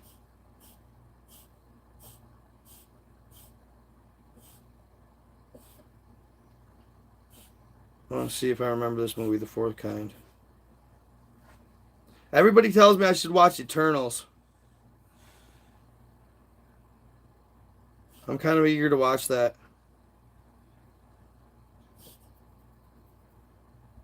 You know, I don't think I have seen The Fourth Kind, yo. When did that come out? I'm definitely going to have to watch it.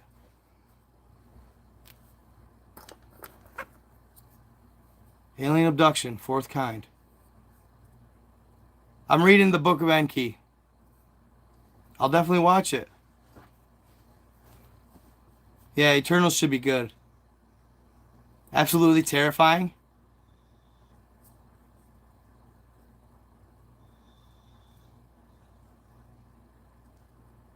The Kids from Brazil, no. I'll check it out, you guys. I'm getting a lot of good reviews on The Fourth Kind.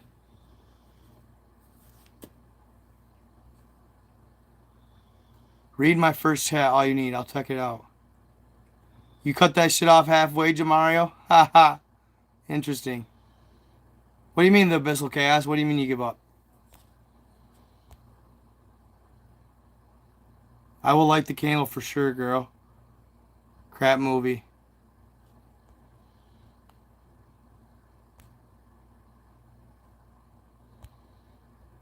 I don't... Scroll back to my previous message.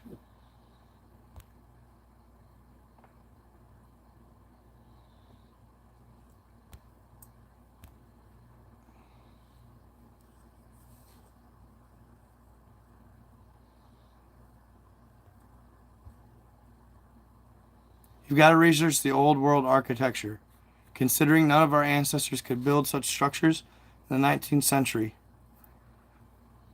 Bro, the Abyssal Chaos. Do me a solid, bro. If you already know where the source is, because a lot of times I don't have the ability, you know, I'm pretty good at finding sources and I probably could find it. But nevertheless, it's a lot easier if I get sent the source from what they want me to talk about, or you guys want me to talk about. So send me the source to Night God 87. It's the year I was born. Night God 87 at Proton Mail. Proton Mail? I was wondering about that. Tartaria and the Great Mud Flood. Probably Tartaria. And it's funny because I watched a cool ass 1-minute video on that the other day. 87's kids stand up.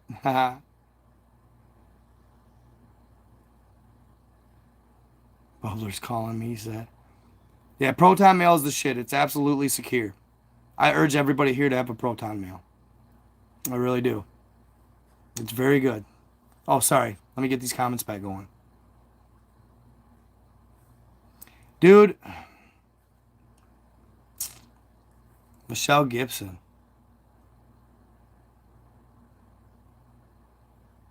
Yeah, dude, COVID's getting bad, guys. I know. It's scary.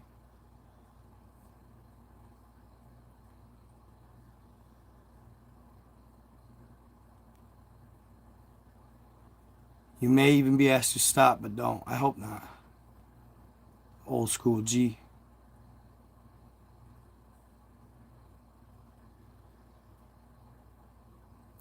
Mahabharat. I'll check it out. The Hindu gods. You guys, I mean, here's my take on all of that. All the religions are talking about the same thing, and yes, they all have connections to the old gods and the old ways.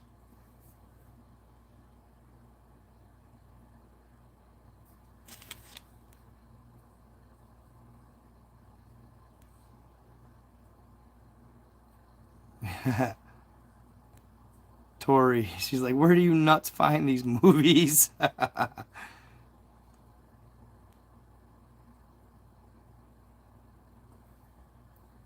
That is so weird that my iPhone continues to die even though I got it plugged in. Where am I plugged in at on that? Yeah. I'm like in my wall charger. That's weird. Let me try this one, I guess. Here, let me back you out.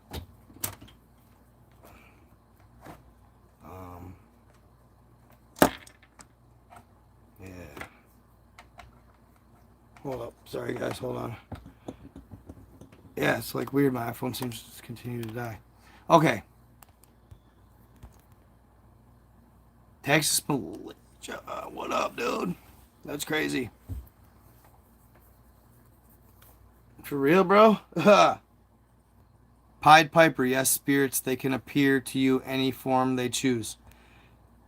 Omicron is an anagram of moronic. Omicron. B is an anagram of no crimbo. I love you, man. I'm absolutely not logging off, but if I drift off, just know that I'm here listening. Thank you, Casey Young. You're awesome. I know. Sorry, guys. I go late. I'm a night owl, I guess. I like to stay up till at least a couple hours.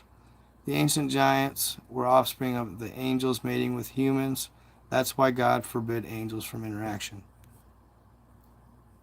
Exactly. Do you think we are living in Area 51? No. So, the 10 lost tribes, interesting. 10 lost tribes. And you said to look up. Yeah, if you guys could send me the links to any of these stories, you guys, feel free to.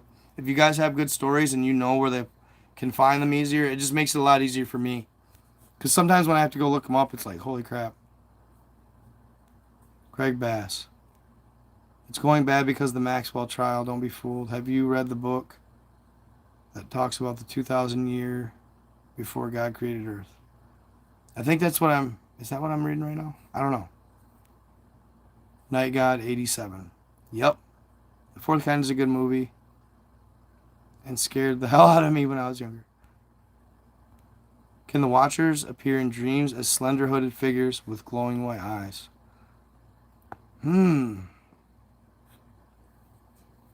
What slender hooded figures? What color is the hood? 33rd parallel.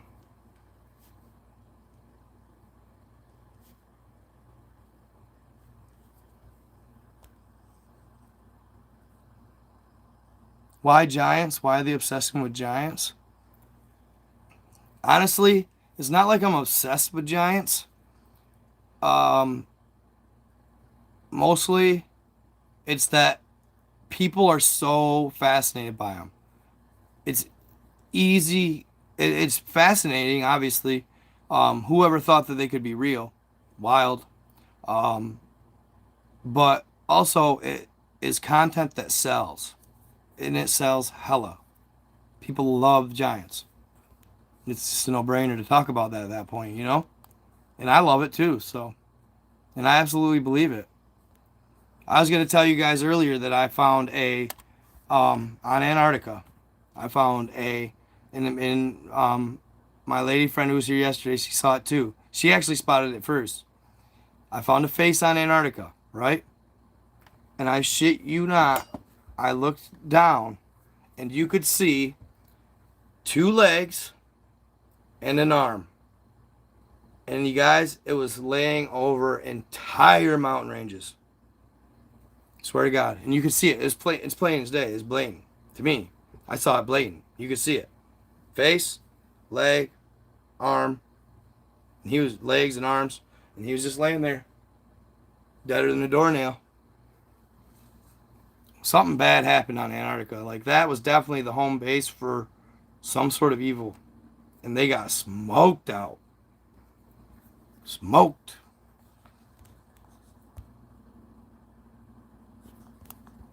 Whoever is the great weapon wielder, the weapon of terror wielder, I imagine, maybe, they do some work. Or the good factions, whatever.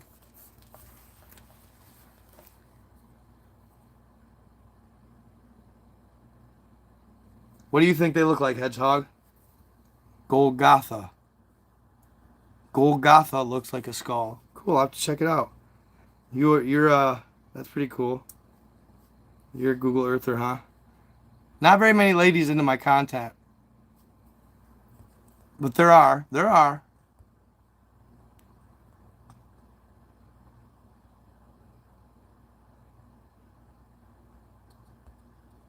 The hoods were black or a deep dark blue. Been a while since I had that dream. Huh. It could. I don't know if it's necessarily. Yeah, no, I have a dog. Yep. Sure do. And a cat, actually. And a cat. Um,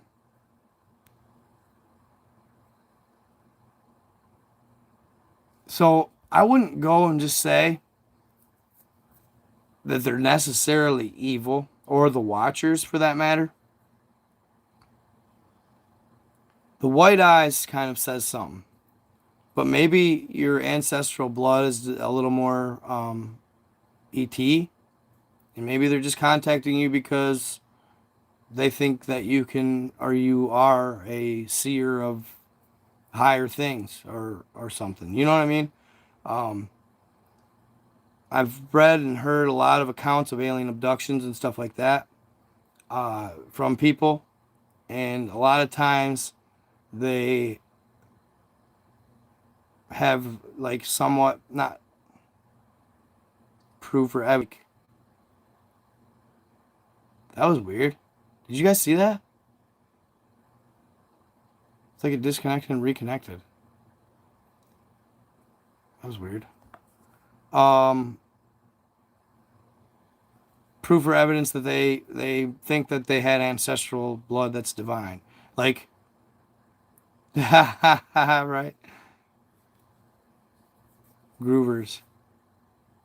David Lambert, my lady digs it. You got to keep her. I think we're all different birds here, right? You got to be. I got the sweetest email the other day from this girl. Like, it was like I responded, of course, but she was like, I would love you to hear my content, or like hear some of my accounts and what I've researched. She's like, I've always kind of been a loner, and I've been considered weird my whole life because I've always felt and known that there's this higher world out there. And she's like, I never have anybody to talk to about this stuff. And first of all, she's like, I hope this is Night God 333. I hope I got the email right. If I didn't, just disregard it. But then she's like saying how she doesn't have any friends and stuff, and like has a hard time socializing because it's so once you're woke, right? Like once you know the truth, right? I understand what she's saying. Sometimes it is hard to socialize once you know the truth, because you know why? Once you know what's going on and what's really happening in the world, what your mother's dog ate for lunch yesterday, you don't give a flying shit about. You know what I'm saying? Like, the little stuff is just that. Like, I don't care about your first world problems. I really don't. You know what I'm saying? Like, once you know the truth, like, you care about the ones you love, and you care about your friends, and you care about your people. But, and it's not like the things in their life are trivial. I'm not trying to say that. But they don't seem as important. It does. The truth sets you apart. And once you know it, you know, and you look around and you're like, man, these motherfuckers are asleep. You know what I mean? Like, and it's crazy because they said and they say that Russia's Alien Book of Secrets, that humanity, our species, is very young, and that we've had the chance to thrive and excel technologically and stuff because of gifts given to us by the higher beings, and that we excelled fast, and we're not given not given as long as normal in history to develop, to figure things out, to realize the reality of everything going on. So that being said, and there's a lot of people out there who, especially I noticed, older generations, right, that grew up back in the day, they don't want to hear it. They don't want to hear the truth. It scares them. They don't want to think their life, and it doesn't mean it. Your life doesn't, just because it's big time, like our truth is much bigger than us, it doesn't mean our lives are insignificant. Because they matter. What we do affects the cosmos. Everything we do as humanity, it affects everybody in the cosmos, right? Too. Like when we set off nukes, it affects the cosmos. It affects other people, other beings throughout the galaxy. So what this life we're living, it matters, and what you do in this life matters for you at the soul level. That's why everything you do here, it affects you after life on Earth. You know, you want to look around, you want to look at yourself and reflect after this life, and you want to say, yeah, I did some things wrong. I learned, could have done better, always. Could have done worse, always. I think, not people like, obviously, like, you know, the Dahmers and the Bundys of the world, right? But could have done worse. Like, if you're not one of the, hopefully you're not, you know. But, but all seriously, just like, every move you make, calculate and think. Because everything's perpetual. You get in what you put out, or you get out what you put in. It's like the law, that I keep wanting to say the law of attraction, but that's not it. But basically, for every action, there's an equal and opposite reaction. And that's the truth in life, too. For every action, there's an equal and opposite reaction. So if you do dirt, you'll get dirt later on. It'll happen. I've been watching it especially since I've grown in like the 30s are a weird time. Because now that I'm 30 and up, I'm seeing things a lot differently in my life. So, and I've watched people and I've seen how they are in life, and now later in life, you know, it comes back and it bites them at the most important times when you're supposed to be, you know, watching your grandchildren grow. You know what I mean? When you're supposed to be watching your children flourish. That's when it's going to be the time you pay for it all. And it's, like I say, it's physics, man. You put in you get out what you put in. So, yeah, that's all I'm trying to spread. I'm sorry, I'm not trying to be too preachy in this live either. I apologize if I'm coming off as preachy, because I'm just young, you know what I mean? I have a lot of living to do too, and I've not been perfect by any means, you know. But there's always room to change, and you can affect, and just You know, if I influence one person in this live to be kinder tomorrow at work, that's success, right? You know what I mean? So, cool. Good. A bunch of giant bones found in many mounds. Yeah. What's that? Newton's third law. Newton's third law. For every action, there's an equal and opposite reaction.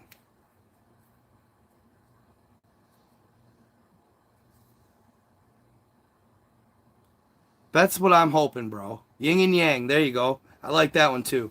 I like that one too. That's very, very. It's pertinent to what we're talking about here. Yes, yin and yang. Absolutely. Always ripple effect. And you guys, dude, think about how many people we got in this live. Let's think about it for a second. I got 230, and YouTube's been kicking TikTok's ass, which I love. Love you guys. Thanks for sticking around too. That's one thing I see about the YouTubers. YouTubers in my lives, I don't get the haters, the spammers, and they stick around the whole live. Like, truth be told, YouTube fans are to the core, bro. They're like not fans, but like followers, friends. You guys are all my friends, of course. But YouTubers, you guys are the OG truth right here. You know what I mean? You guys, my numbers haven't fluctuated at all, like this whole life. Like, I love that. That's like true following and like true trying to hear me. That's awesome. I love it. Yes, no, so okay. Let's think about how many people are in this live. 233, right? 152 on TikTok. And if I had a third device, I'd be on my Facebook too, with another probably 150. So, you know, 600 people. Check it out. Say every one of you tries to spread the word I'm spreading right here and now. Not necessarily to a T, because some people don't want to hear it, but the love and light. If you all act on it, you'll affect somebody tomorrow. 600 could turn into, in perfect world, 1,200. 1,224. You know what I'm saying? Even if you get a fraction of that, as time goes on and you get just forever in time for that seed that you planted. That's what I like to call them, seeds. You're planting seeds in the mind.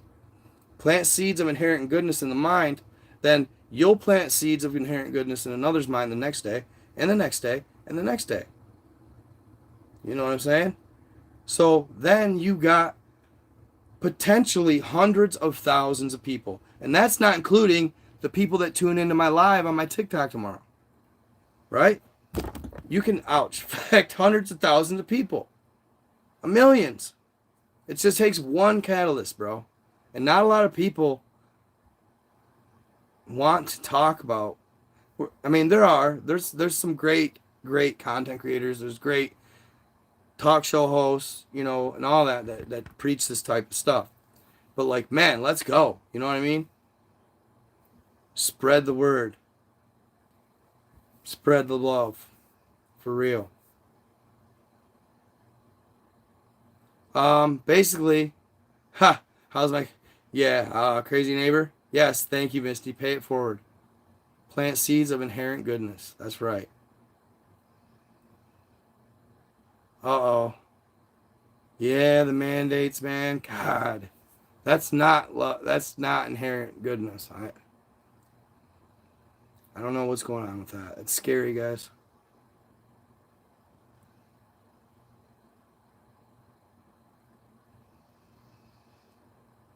Scary, scary. What? The one the buildings cried? What? That's interesting. He said, bro, you got to make videos of the knowledge that the video called When the Buildings Cried documentary. Has knowledge of the giants, Tartarian. Dude, I'm liking hearing about this mud flood. I'm definitely going to look into that. So, When the Buildings Cried.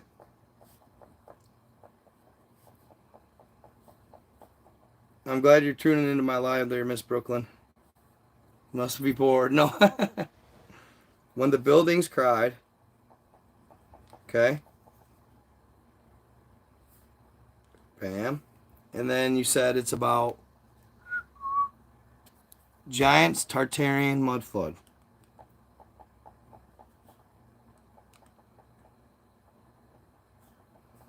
Mud flood.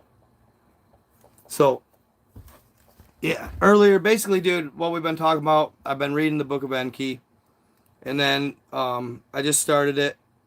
And I don't know why, but when I continuously read, I feel like it's just like kind of gets monotonous. So I like to interact with you guys throughout. And I'll probably just call it on that for tonight. I just like talking to you guys kind of right now. Like one of the things I just love interacting with you guys. I love interacting with the comments.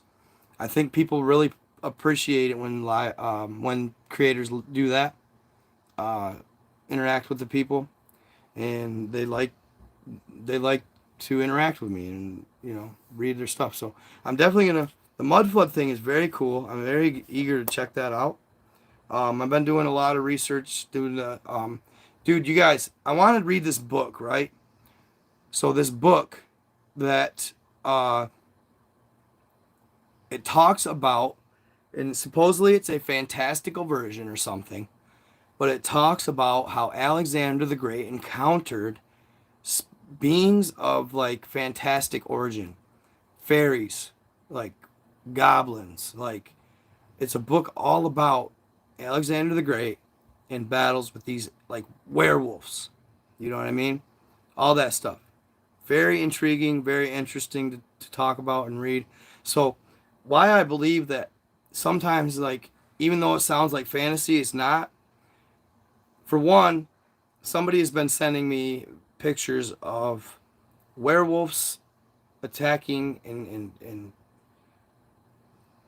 like like hunting people from like archives that go way back. So werewolves, like Wolfman.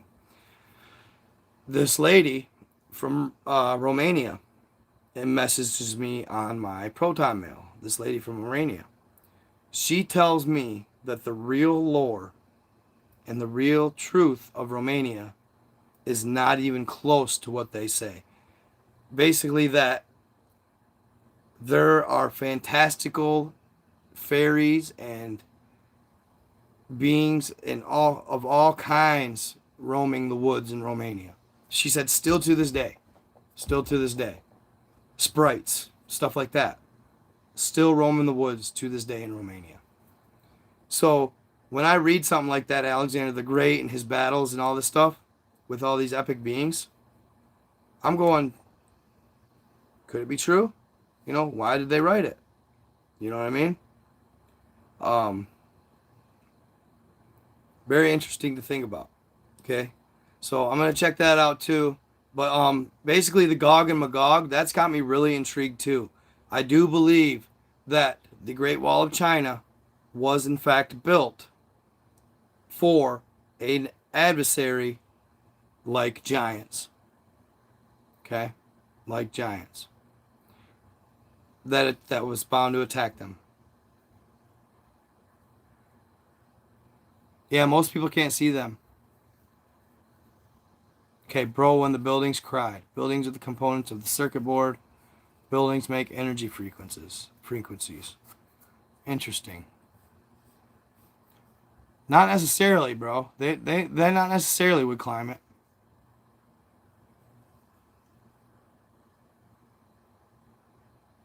Yeah, I know, right? You've got to be a certain frequency to see them. I believe that.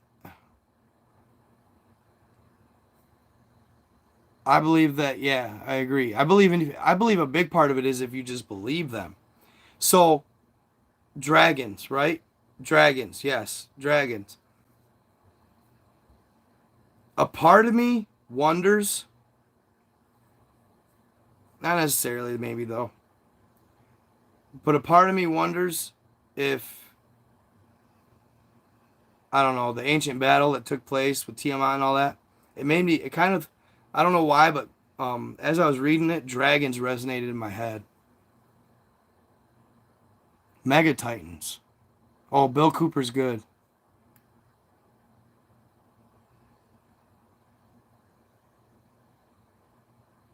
Anunnaki final warning to Earth and their return in 2022.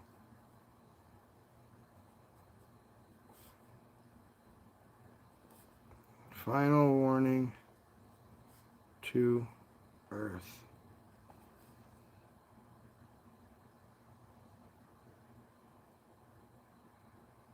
Well, Gog and Magog, they say there's lore that they could have been giants.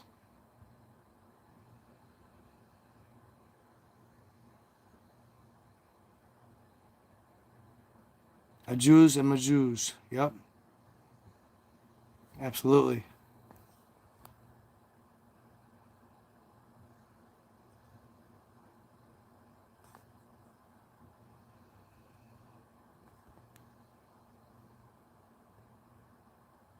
Huh, interesting. I don't know. What do you mean? I know, right? Create a book list for us. I know. And it sucks because, like, I wish I could read whole books, but it's like, if I want to create content, like, I have to cover so much different stuff before I can, like, sit down and read an entirety of a book. Why is Puerto Rico called Puerto Rico? All right, I got you.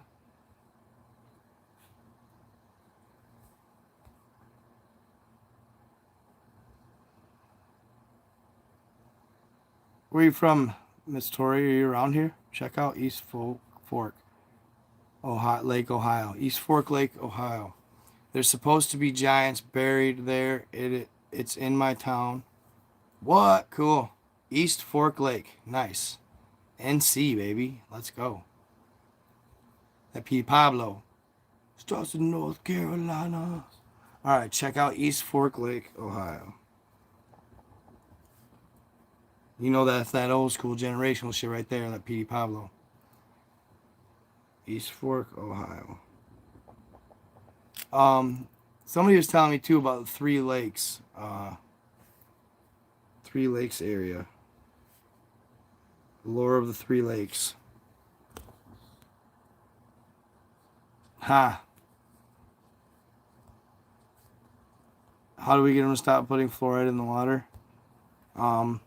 Well, truly, dude,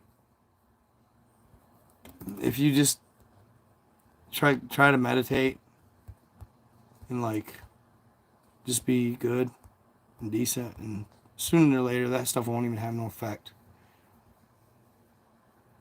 The labyrinth on a Mediterranean island. What? You should also look up how they found the labyrinth on a Mediterranean island that relates to Poseidon, the Minotaur, and the maze. Maverick Mafketl. You guys send me the sources on my Night Guide 87 at Proton. If you guys know, if you have a source that you know.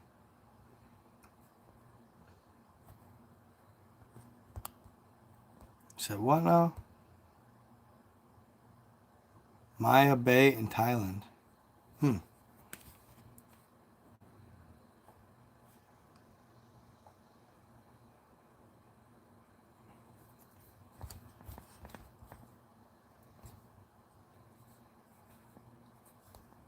Dre. Hey, Dre. By the way. Yeah. You're Dre. You're right. My boy there. I'm going to read the stories that I'm still going to do the Terra Papers and that other book as well. How you said it related to the Third World War. And did you guys see that? The video I posted when you Googled Third World War. Now, it was on a fandom website, but still, there's something to be said about the story that it was created. And that, yeah, I'm going to read that and check it out.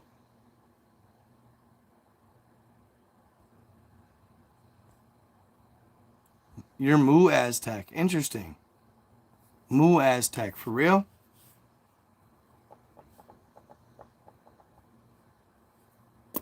Mu Aztec.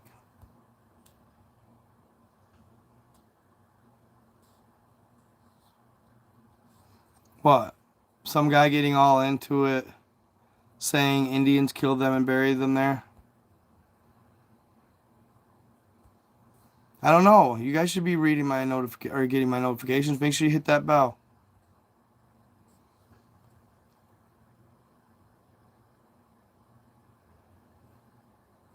Night, Lori. Probably missed you.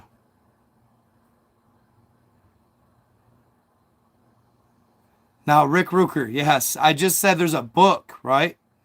He says, I'm new here, just tuning in. Did you just say that Alexander the Great fought werewolves and fairies? No, bro. I'm not saying that for fact. No. There's a book out there that states that Alexander the Great, like, there's just basically a book out there that has a plethora of stories. It is fiction. Okay?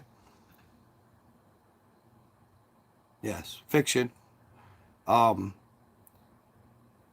That he fought all these fantastical beasts on his endeavors. And I'd like to read it because I believe there could be some truth in it.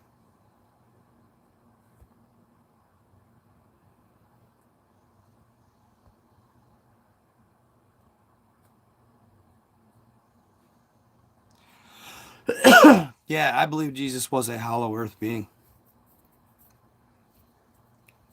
He was of divine blood as well.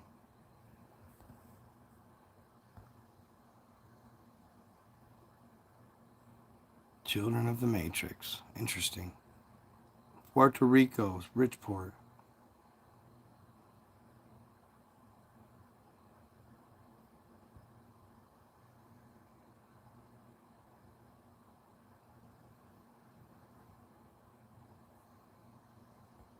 What? I'm talking about biblical stuff? What are you talking about? I didn't think I was. The Gospel of the Holy 12. Interesting. I wish I could get all this information and just like upload it, right? But that would defeat the purpose of me having a channel at all. I do want to finish the Lumerian Princess too, eventually. I do.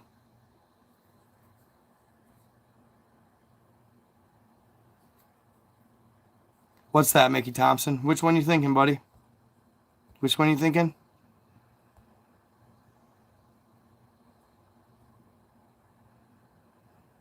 That's what I'm saying. Thanks, Tori. I appreciate that.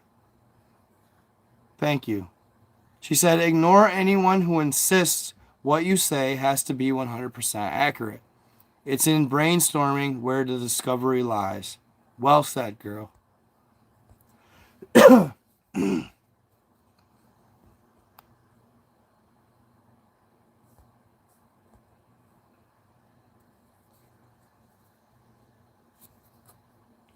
Yeah, Jesus was out. Excuse me. Jesus was here, and they put him here to show us what we could become. The possibilities of what could be for humanity. The ability to heal, for example. If you're love and light, though, as well, right? He preached love and light, too. Inherent goodness, loyalty, love. So, he was here to show us what we could be. Oh, I believe that. Cool, Maverick. I think during the Crusades and the Roman Empire conquest, they encountered and dispatched mythical beasts. Look up Kunlun.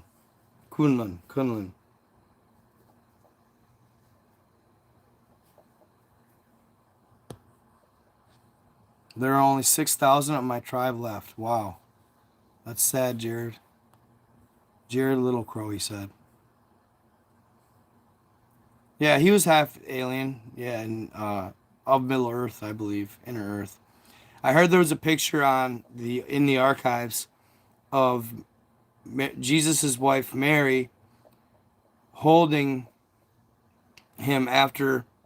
And dude, I heard another crazy one, but Jesus' wife Mary, after he had been crucified or whatever, and she's holding him, pointing to the sky, like, please God, and And Jesus is pointing to the ground. Inner earth. Inner earth. So, and also on top of that, my other evidence to support this with real evidence, well, okay. The Lost Diaries of Richard Byrd, okay, which I do believe is real evidence. They're legit. When he went to Inner Earth and he was confronted by this aged-looking man with soft features and an inherently good vibe, the entire conversation, the old man that he's seen, they called him the Master. The entire conversation, the old man kept calling him my son, my son, my son. Meaning, you know, he was our creator or had involved, like my son. He didn't continuously call him my son the whole time if he wasn't our Father, Lord and Savior Jesus Christ, right?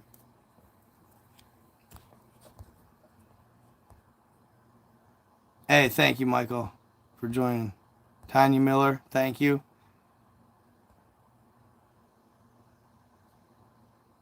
What? The Gulf of Aden? 3 big motherships in the water?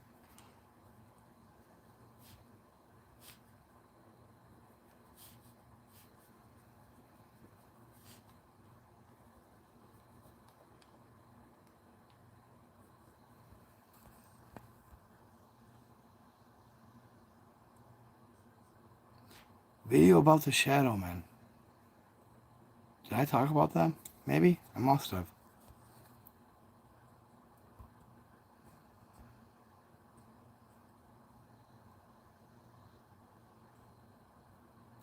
You know, I thought about that. Open group live video chats. I thought about that.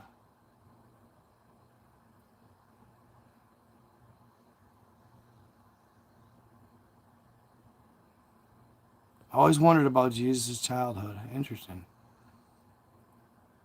Where'd you read that?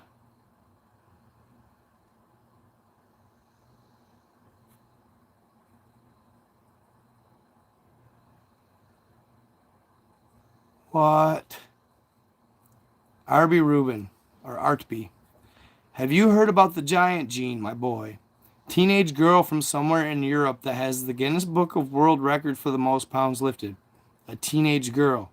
That's why the military is trying to get the giant gene. So, to that note,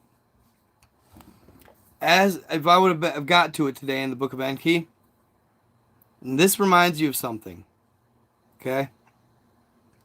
They said that they called it the net of a planet. The net. What is that grabs things? The net. But it actually means gravity. They said that the gravity on Nibiru is, I wanted to say it was like, they said like 10 times that of the gravity on Earth. Now, what situation is that similar? Superman, right? The gravity on his home planet was much greater. So when he got here, what could he do? He could leap buildings. Leap for miles. Fly, even. So, the giant gene, I will say, and I do believe, would be an inherent gene that had some sort of, some way, shape, or form, somehow, direct line to the Anunnaki. The Anunnaki were, in fact, giants. And are, in fact, giants. So, if they got to Earth and the gravity was much stronger on Nibiru, when you got to Earth, you'd be able to pick up boulders, 10-ton boulders, and toss them from thousands of feet, probably, or something. But, no, that's the truth. That's just like Superman. There's always truth in everything. Where did Superman come from? He come from another planet. I don't remember I don't know. I'm not super close to that. Super the great stories, but anyway, he came from a planet that was like the gravity was greater and the conditions were different, the atmosphere, everything. Where Nibiru is the same thing. Atmosphere much thicker, gravity greater. So could Superman have been born off Nibiru? Who knows? Probably. Krypton, thank you. Yes, Krypton. There's always somebody in my comments who knows the answer. You guys are the best. Krypton. So yeah, I believe that for sure, this giant gene you speak of. And had a red sun. Interesting. Yeah, heard that from Steve Quale. Nice. Steve Quale is good, bro. Or Quail. Why do I always do that? I just call him Quale. Like Wale. Quail. Yeah, no kidding. I've watched some of his stuff. That's where I got the Antarctica stories. Yeah, Captain Planet. Yes, yes, Captain Planet and the Five Rings. I believe Captain Planet could be a real person or a real hero of old. Yeah, I like to think so. Exceptional meeting of minds for sure. I love it.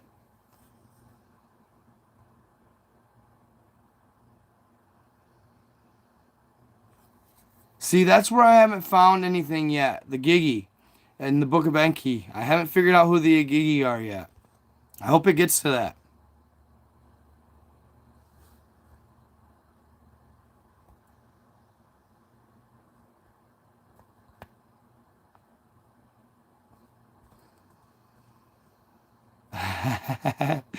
Alberino and Quale. I'm not sure who that is, but it's probably somebody funny. I wouldn't call them demons. Yeah, go ahead and send me a picture there, Zach. For sure.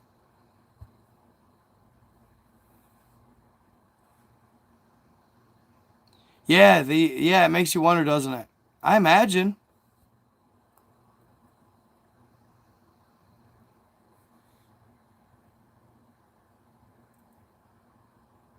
What? Just installed night vision in the old city of Kaibar that seen many battles in the past. And our cameras started capturing white phantoms. The camera system thinks are real.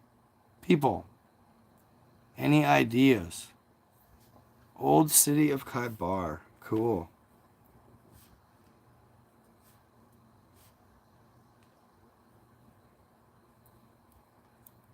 Basically, probably just people that passed away and their souls are there still fighting the battles.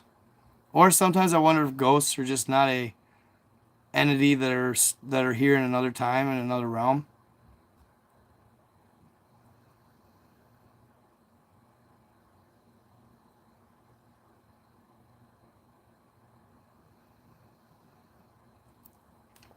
Well, according to the Book of Enki, the Earth is actually born of planet Tiamat. And that Nibiru was actually a superhero or a hero of old. He was the only one that could beat Tiamat. Tiamat had 11 children, which are the 11 planets, or 12. Operation High Jump's awesome.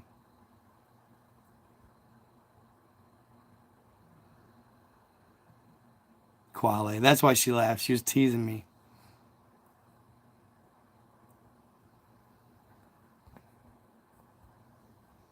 Cute, cute. Le Mans. What? Groove Factor? Bro, you gotta send me something on that if you have it. If you can find it, bro. If you can find it. He said the story. There was a. Oh, dude, yeah. You're talking about Operation High Jump. I thought you were meaning more recent times. No, yeah, absolutely, dude. Thank you, Tanya Miller. Appreciate you.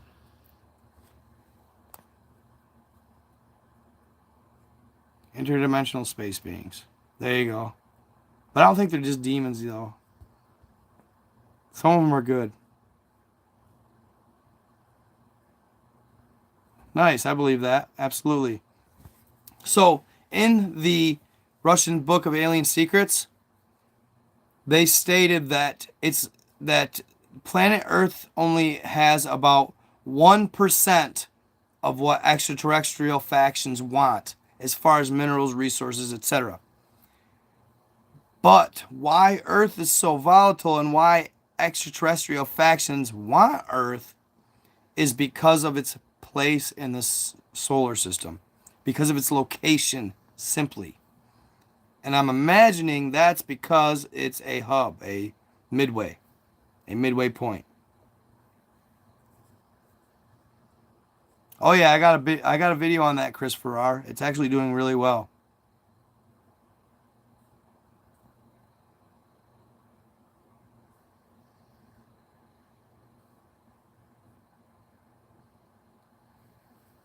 Chris Farrar.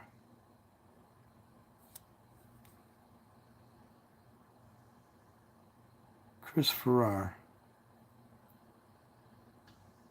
You didn't go to. Why do I? Did you? You didn't go to Albion, did you? What's up? Stumbled on this channel from shorts. Hey, cool, man. Justin Turner, what's up?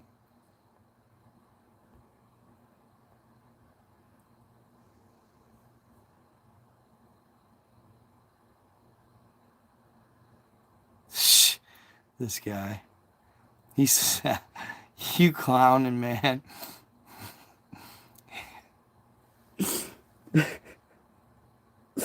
That's cold, bro. That's cold. Fingerprints of the gods. He said, I'm going to say it just because it's funny. And it's not true. But he said they want Earth because Earth girls are easy. That's cold, bro. That's cold. Not true. Not true. Check out Fingerprints of the God by Bram Hancock. Fingerprints of the Gods. Graham Hancock. I've heard a lot about Graham Hancock. A lot of people have mentioned him. Thank you, D. Felton.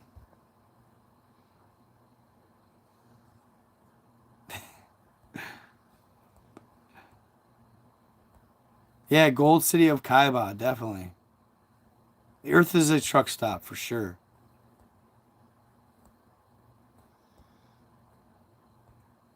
Chronovisor.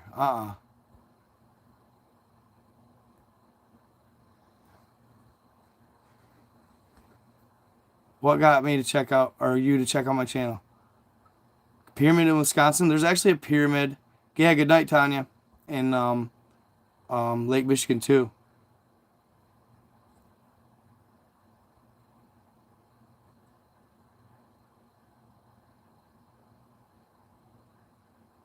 What if we're purposely heating the globe so they can get to the advanced tech in Antarctica? Interesting. But why do they fight global warming so much then, supposedly?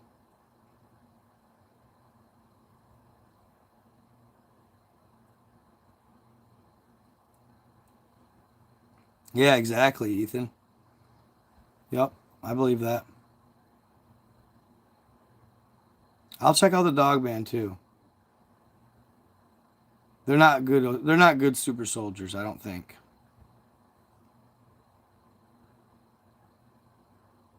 Yes, they do. All movies in the past have, yes, made. They've been made based off their truths. Yep, yep, the hives of the giants waking up all over the world. I believe that too.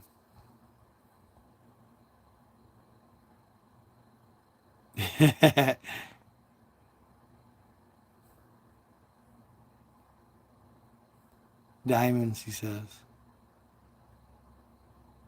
I do have some stuff on Dogman. I have some actually. There's great footage from a German army in World War II on Dogman. Actually, they killed a female Dogman, and it was real as the day is long. I don't give a crap what anybody says. Sorry, ladies, I shouldn't have said that. You all are so beautiful, and not that.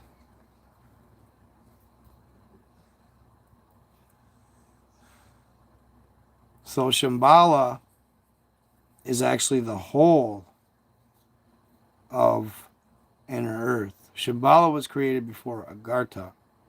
Shambhala was created over 100,000 years ago when the Hyperboreans were inhabiting Earth and They called it the Earth's mantle. But I believe it wasn't the actual mantle or crust of the Earth, it was actually the atmosphere. It thinned and allowed radiation in from the sun that they weren't used to. So it was killing them. They had to go into inner Earth and establish the colony to get out of the sun. That ended up being Shambhala the Lesser. Agartha came later when the Lemurians and Atlanteans went to war, but then were allowed in after the war because they had realized the futility of their war. And they created Agartha. The capital of Agartha is Telos. One of them. Pretty sure. Telos is the capital of Agartha. What? Bouillon? Interesting.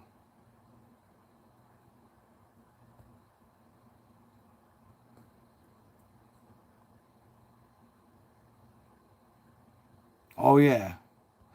The World War II and that, they were being ran by ancient alien factions of evil.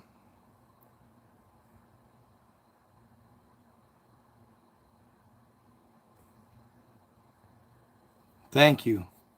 Cool. Blow it up for me, man. Blow this place, or blow this channel up.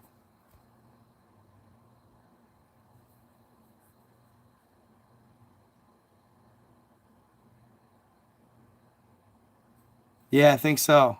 She said, I'm low-key feeling if every one of us in this chat put all the tidbits we have together, we'd have hella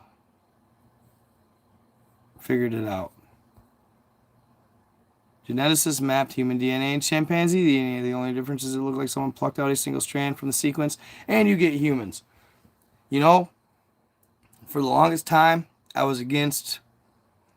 Well, I'm against that we evolved from monkeys. Okay. Because we, in fact, did not. There was alien intervention. What we are is... all they did was they took... And obviously Enki was part of this. They took a strand of Anunnaki DNA, and at the time, when they were inhabiting Earth, they had watched monkeys grow and become monkeys or whatever they were before. They say from a primordial soup. I used to not believe in that either, but I'm kind of leaning more towards like slightly starting to believe that. They evolved into four-legged monkeys, and then to have slaves to harvest gold, the Anunnaki took the apes, crossed it with a strand of their DNA, and you got humans. We began walking on two legs. They said that we were very Neanderthalic and actually weren't much smarter than the monkeys at first, but our capacity to learn was much greater. So we were able to instantly start learning to walk on 2 feet instead of all 4. And then, fire, tools of hunting, sticks, sharpening, walking sticks, like basically started using sticks and stones and all that, and then just kept evolving from there. A lot of the seeds of our evolution were planted, and especially of our intelligence. Yeah, I'm RH negative. I'm pretty sure. Cool. Thank you, Heather Wilson. Awesome. Yeah, we are Chimera. Dude, well put. Well put. That's awesome. I never thought of it like that. We are Chimera. F&A we are. Well put. That's cool. I've never thought of it like that. We are absolutely Chimera.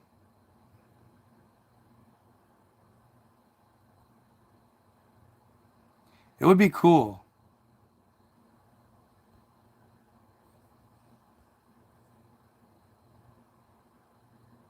Cells levels mixed.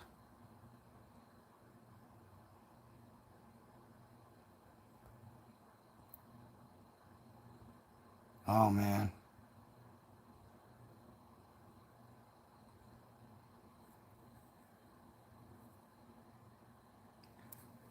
Um 333, like the 3 archangels. Father, Son, Holy Spirit. Good vibes. love, light, mind, body, soul.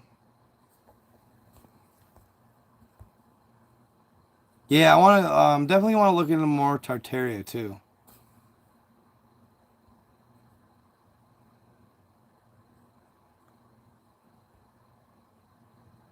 Shambhala is the land of ascended masters.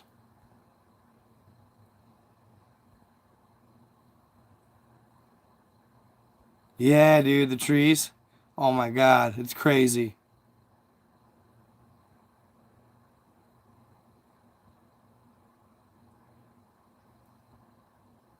They were huge. You're welcome, Tanya.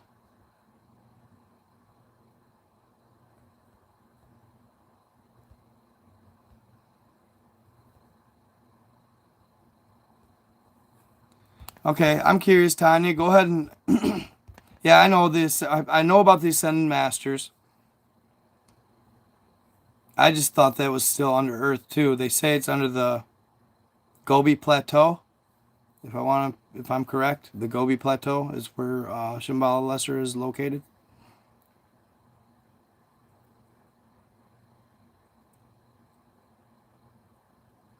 I know who cut the trees. I know, right? Like Devil's Peak or whatever. That looks like a cut tree for sure. And like I said before, they had like in ancient Old Norse mythology, they had this tree called Yggdrasil, YGG Drasil, Drasil. And this tree ascended to the heavens. And it contained like 10 different areas or 10 different circuits, is what they keep calling them in the Book of Enki. Circuits. Or like galaxies, maybe, if you will. But it supposedly had its roots were so vast they touched the entirety of the land on Earth, and they span the entirety of the Earth. That Dante or the Devil's Peak, that looks like it could have been that tree. Like it's huge, but yeah, something cut it off. I'm not sure exactly who. Or Devil's Tower. There you go. Thank you for that. Devil's Tower. I'm not sure who cut them though. What's good, Colt Hill? Good to see you, buddy. Hey, I've got messages from you on Facebook. Yeah, I don't have it. Well, here's the deal on that though, Misty. The rhesus factor. Have you ever looked at the rhesus monkey? The rhesus monkey. It's just little. It's just little, right? So I don't know. To me, I don't know. That's a tough one. Maybe some of us are of reptilian born. I don't know. You're right though. Like, but the rhesus monkey is the only one that has the rhesus gene. I think, pretty sure. So I don't know if that's for some reason, I don't know why, but just because that monkey has it, it doesn't sit right. I don't know. There's something weird about that though. I agree. There's something there. I agree. It's hard to tell for sure.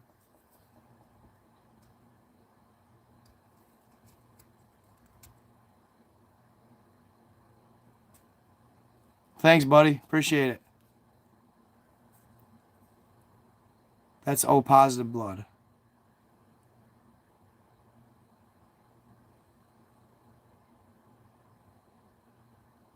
Yeah, yeah. That's the only monkey though, right? I don't think I've seen any other monkeys that isolated the rhesus factor.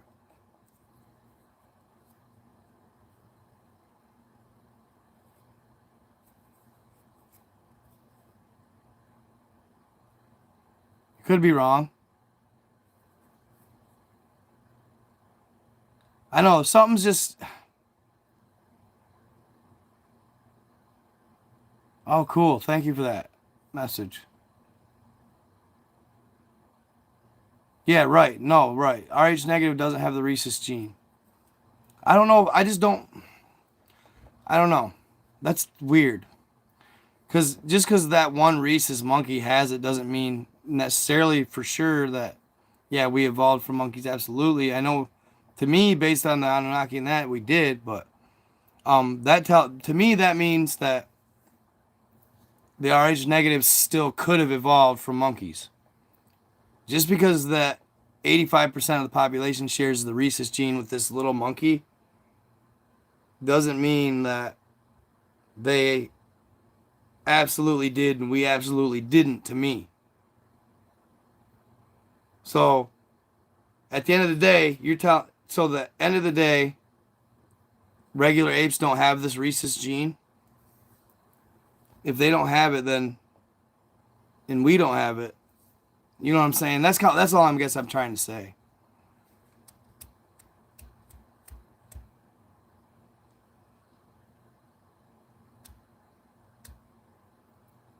She says, Rachel Young. I've seen you message me on Facebook too, Rachel.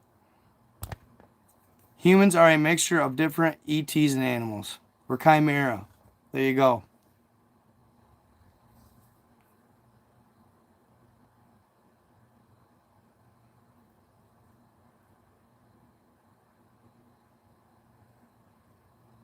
The mitochondrial DNA.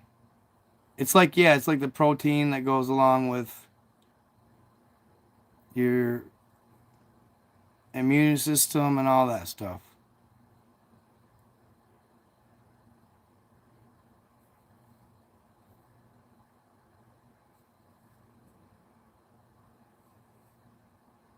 It's been a while since I've done research on it. I did videos on it. That stuff's like tough for me. I was never the best at science, to be honest. Like the Reese's protein and how it attaches to the cell, and like Rh negative moms. If a mom's Rh negative and the dad's Rh positive, when they have kids, if the kid ends up Rh positive and the mother is Rh negative, the mother will attack that child and it will kill it. They have to get a shot for it to convince its body it's actually Rh positive. When in fact, it's not. But the shot convinces its body at the moment of pregnancy, throughout pregnancy, that, nice, Tori, biology degree. Good shit. Smart girl. That's not easy. I know for a fact that's not easy. But yeah, isn't that how it goes? The Rogam shot. There you go. There you go. So you are Rh negative. Whoa, bro, no, don't unsend that message, Jade DeRosiers, whatever the heck. Resend that, bro. I wanted to see that. She's a keeper, bro. I know, that's why I asked her where she was from earlier. I was gonna say we could like watch movies and read books, together, but North Carolina's a little too far, unfortunately.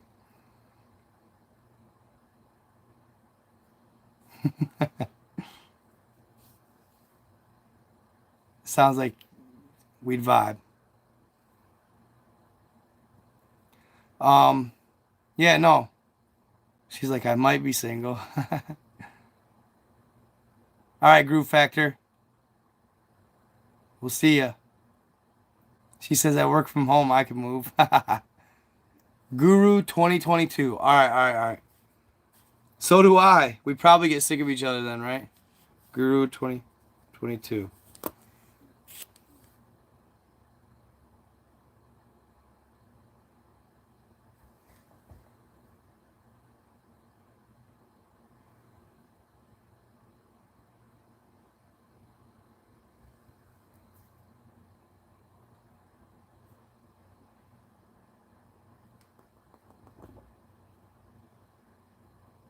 Sometimes I gotta turn my fan down.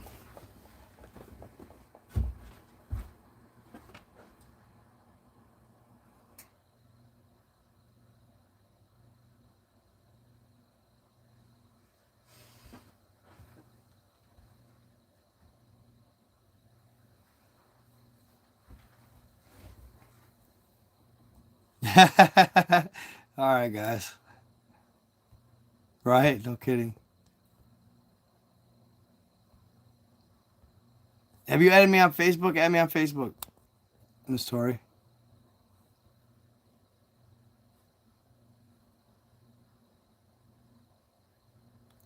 What are you saying, Diana Martin?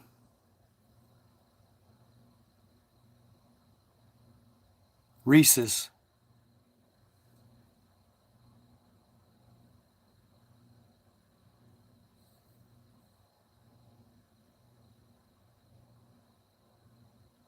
Must be here in the train.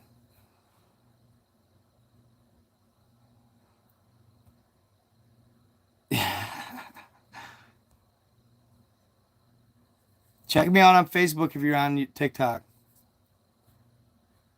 No, not to be confused with Reese's peanut butter cups. Although I love them, they're amazing. See, I haven't really checked my blood yet. I mean, I have probably throughout, but I know my mom's O negative, and I'm pretty sure though that she had to get the shot. But mom being O negative, which is weird because O negative, they can give blood to everybody, but they cannot receive blood from everybody.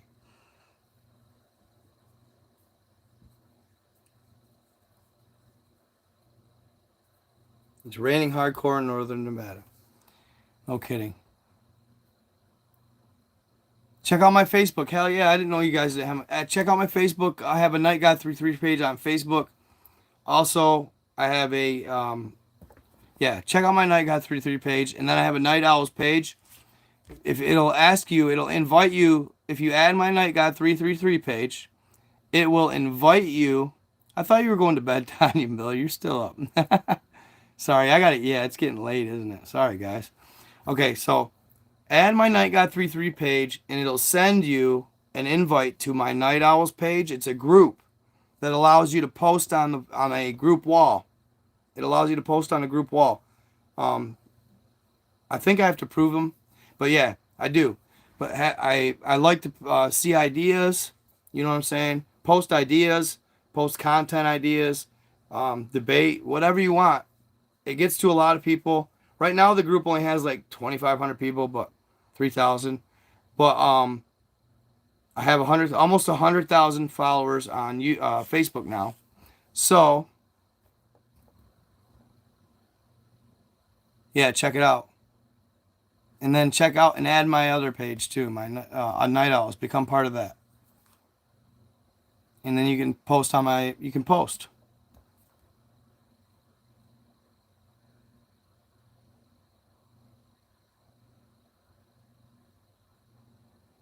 All the channels like mine have disappeared. I hate hearing that. At Night God 333 is the handle.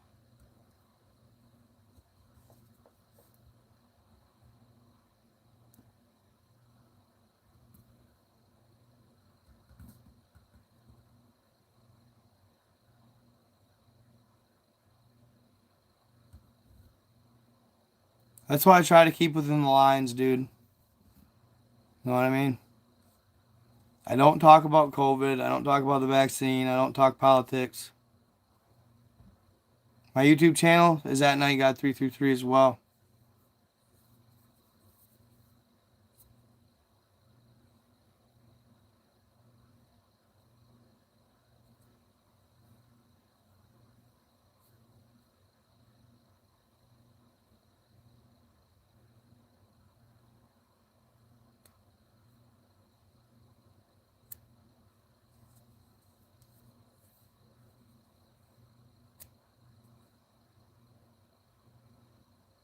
Yeah, I have a Facebook group. I was just saying. Yeah, check them out. Check them out.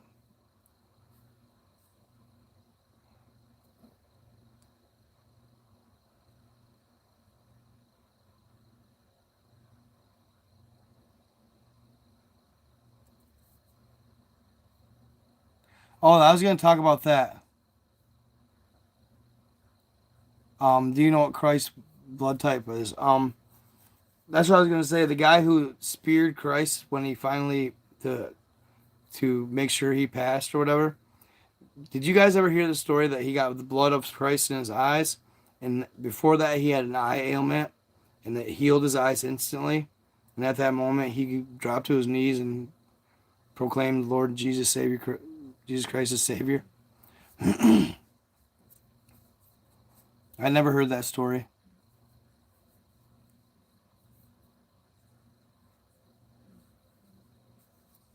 Copper kills the giants.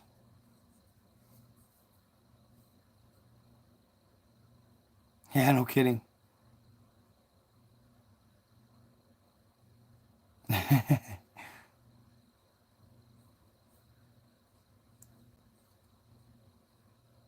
Some say yes, I've heard that.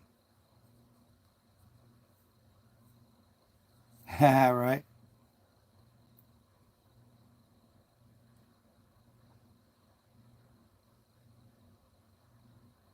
I can believe that. Some giants are good, some are bad.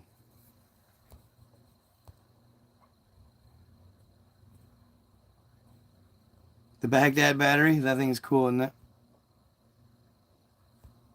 Oh, did you guys see? I wanted to talk about this too. Did you guys see my video on the real quick? Because I'm probably gonna call it here soon. I don't like to go much more than 3 hours. But did you guys see my video, or my on the mural with the giant carrying two elephants on his shoulders?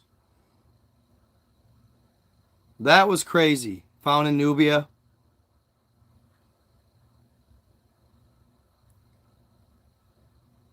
Which is where it's like the backyard of Sudan, Meroe, Kingdom of Kush.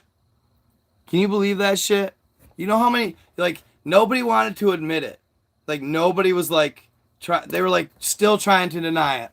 So one dude was like, well, those were probably they were probably the dwarf elephants that only weigh 2,000 pounds. That only weigh 2,000 pounds? He's still a fucking giant if he's carrying them things. Come on, man. You know what I mean? You trying to sit here and debunk this photo? There's nothing to debunk. That giant was carrying two elephants. Dwarf or not. He's a beast. You know? Pygmy. There you go. The pygmy elephants. That are still whatever the hell they call them. You know what I mean? Come on, man. You know what I'm saying? Like, I swear he said they were only like, I don't know how much giants weigh. They are giants. Elephants gotta weigh 3,000 or 4,000 pounds, I'd imagine. I'm not exactly sure. Probably more than that. 5,000? Some teacup elephants. Right. Yeah, I mean, babies are freaking, they're huge. Like, this guy's got it on he's got elephants strung up on probably a tree, right? Probably a tree to hold these elephants. Bro, that giant, people were like, oh, yeah, he was probably 20, 30 feet. Bro, come on. He had to have been 50 or 60 or 70 feet to be carrying full-grown ass elephants. Two of them like that. You know what I mean?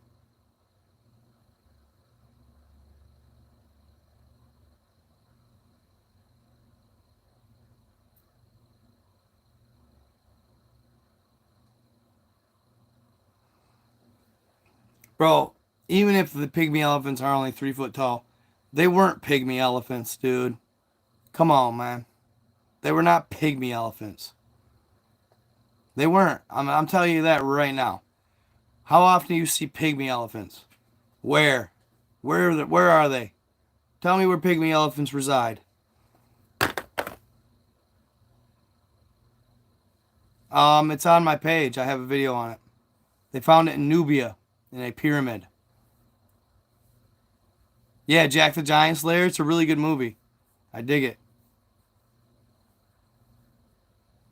You have a pet pygmy elephant? Stop it.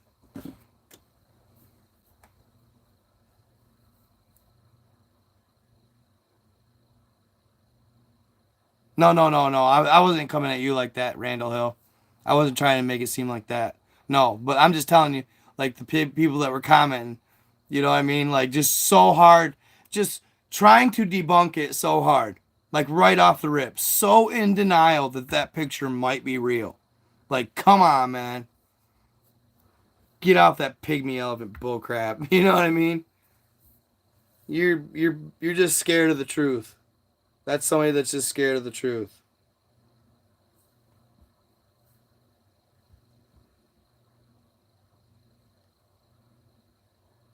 Plain and simple.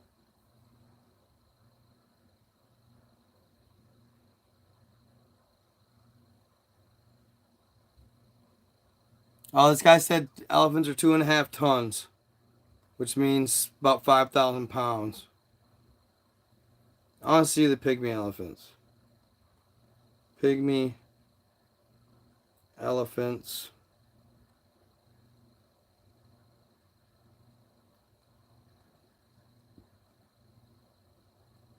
If that was the case, though, the pygmy elephant thing, check this out. African forest elephant, 6,000 to 13,000 pounds. Asian elephant, 8,800 pounds on average. African bush elephant, or elephants, Jesus. African bush elephant, 13,000 pounds, y'all. Try 5 tons. 5 tons. So whatever, if those are full grown ass elephants, that motherfucker 100 feet tall. No less. 100 feet tall.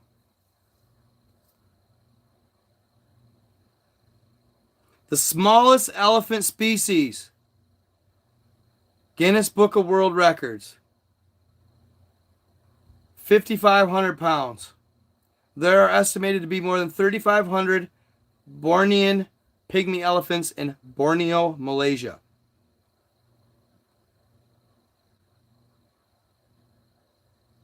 So them things still weigh thousands, y'all. Thousands.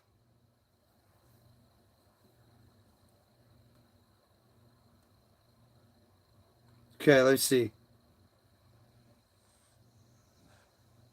There are estimated to be more than 35.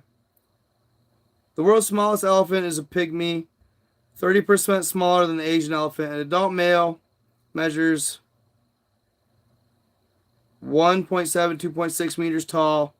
Female, 1.5 in height. So 4 foot to 7. The average estimated weight, 2,500 kilograms, 5,500 pounds. 2.5 tons. So that thing is a beast, regardless of any of that. If it's real. And I don't see why they would even do the painting at all if they hadn't witnessed it. Why would they even do the painting at all if they hadn't witnessed this giant elephant carrying giant carrying, sorry, it's getting late. I'm getting more out here.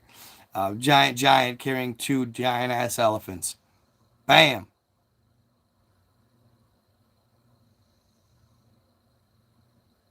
Hold on. Ooh, 12,000 year disaster Earth cycle makes sense. Yes, he did see a woolly mammoth. Yes, he did. Fake news like what, bro? Why waste your resources on fake news like what?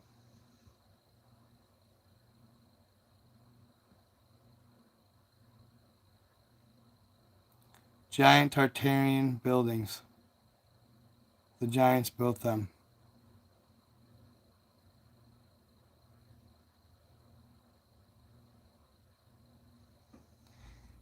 Yeah, copper is a big one.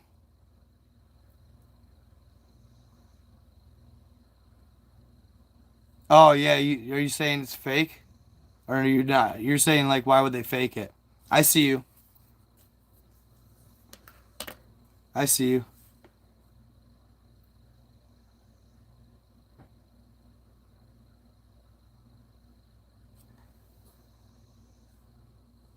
Yeah, agreed, bro. I agree. Yeah, it doesn't make sense, right?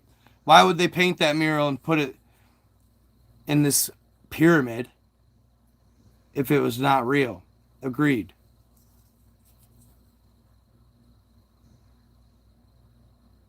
Yeah, supposedly 2022. Well, bro, how am I supposed to know? That was out of the Russian. You said an ancient alien faction or race will reveal themselves to the human race in 2022. If this doesn't happen, I'm going to lose confidence in you. Well, for one, bro, I didn't say that. It was in a book. You know what I mean? So,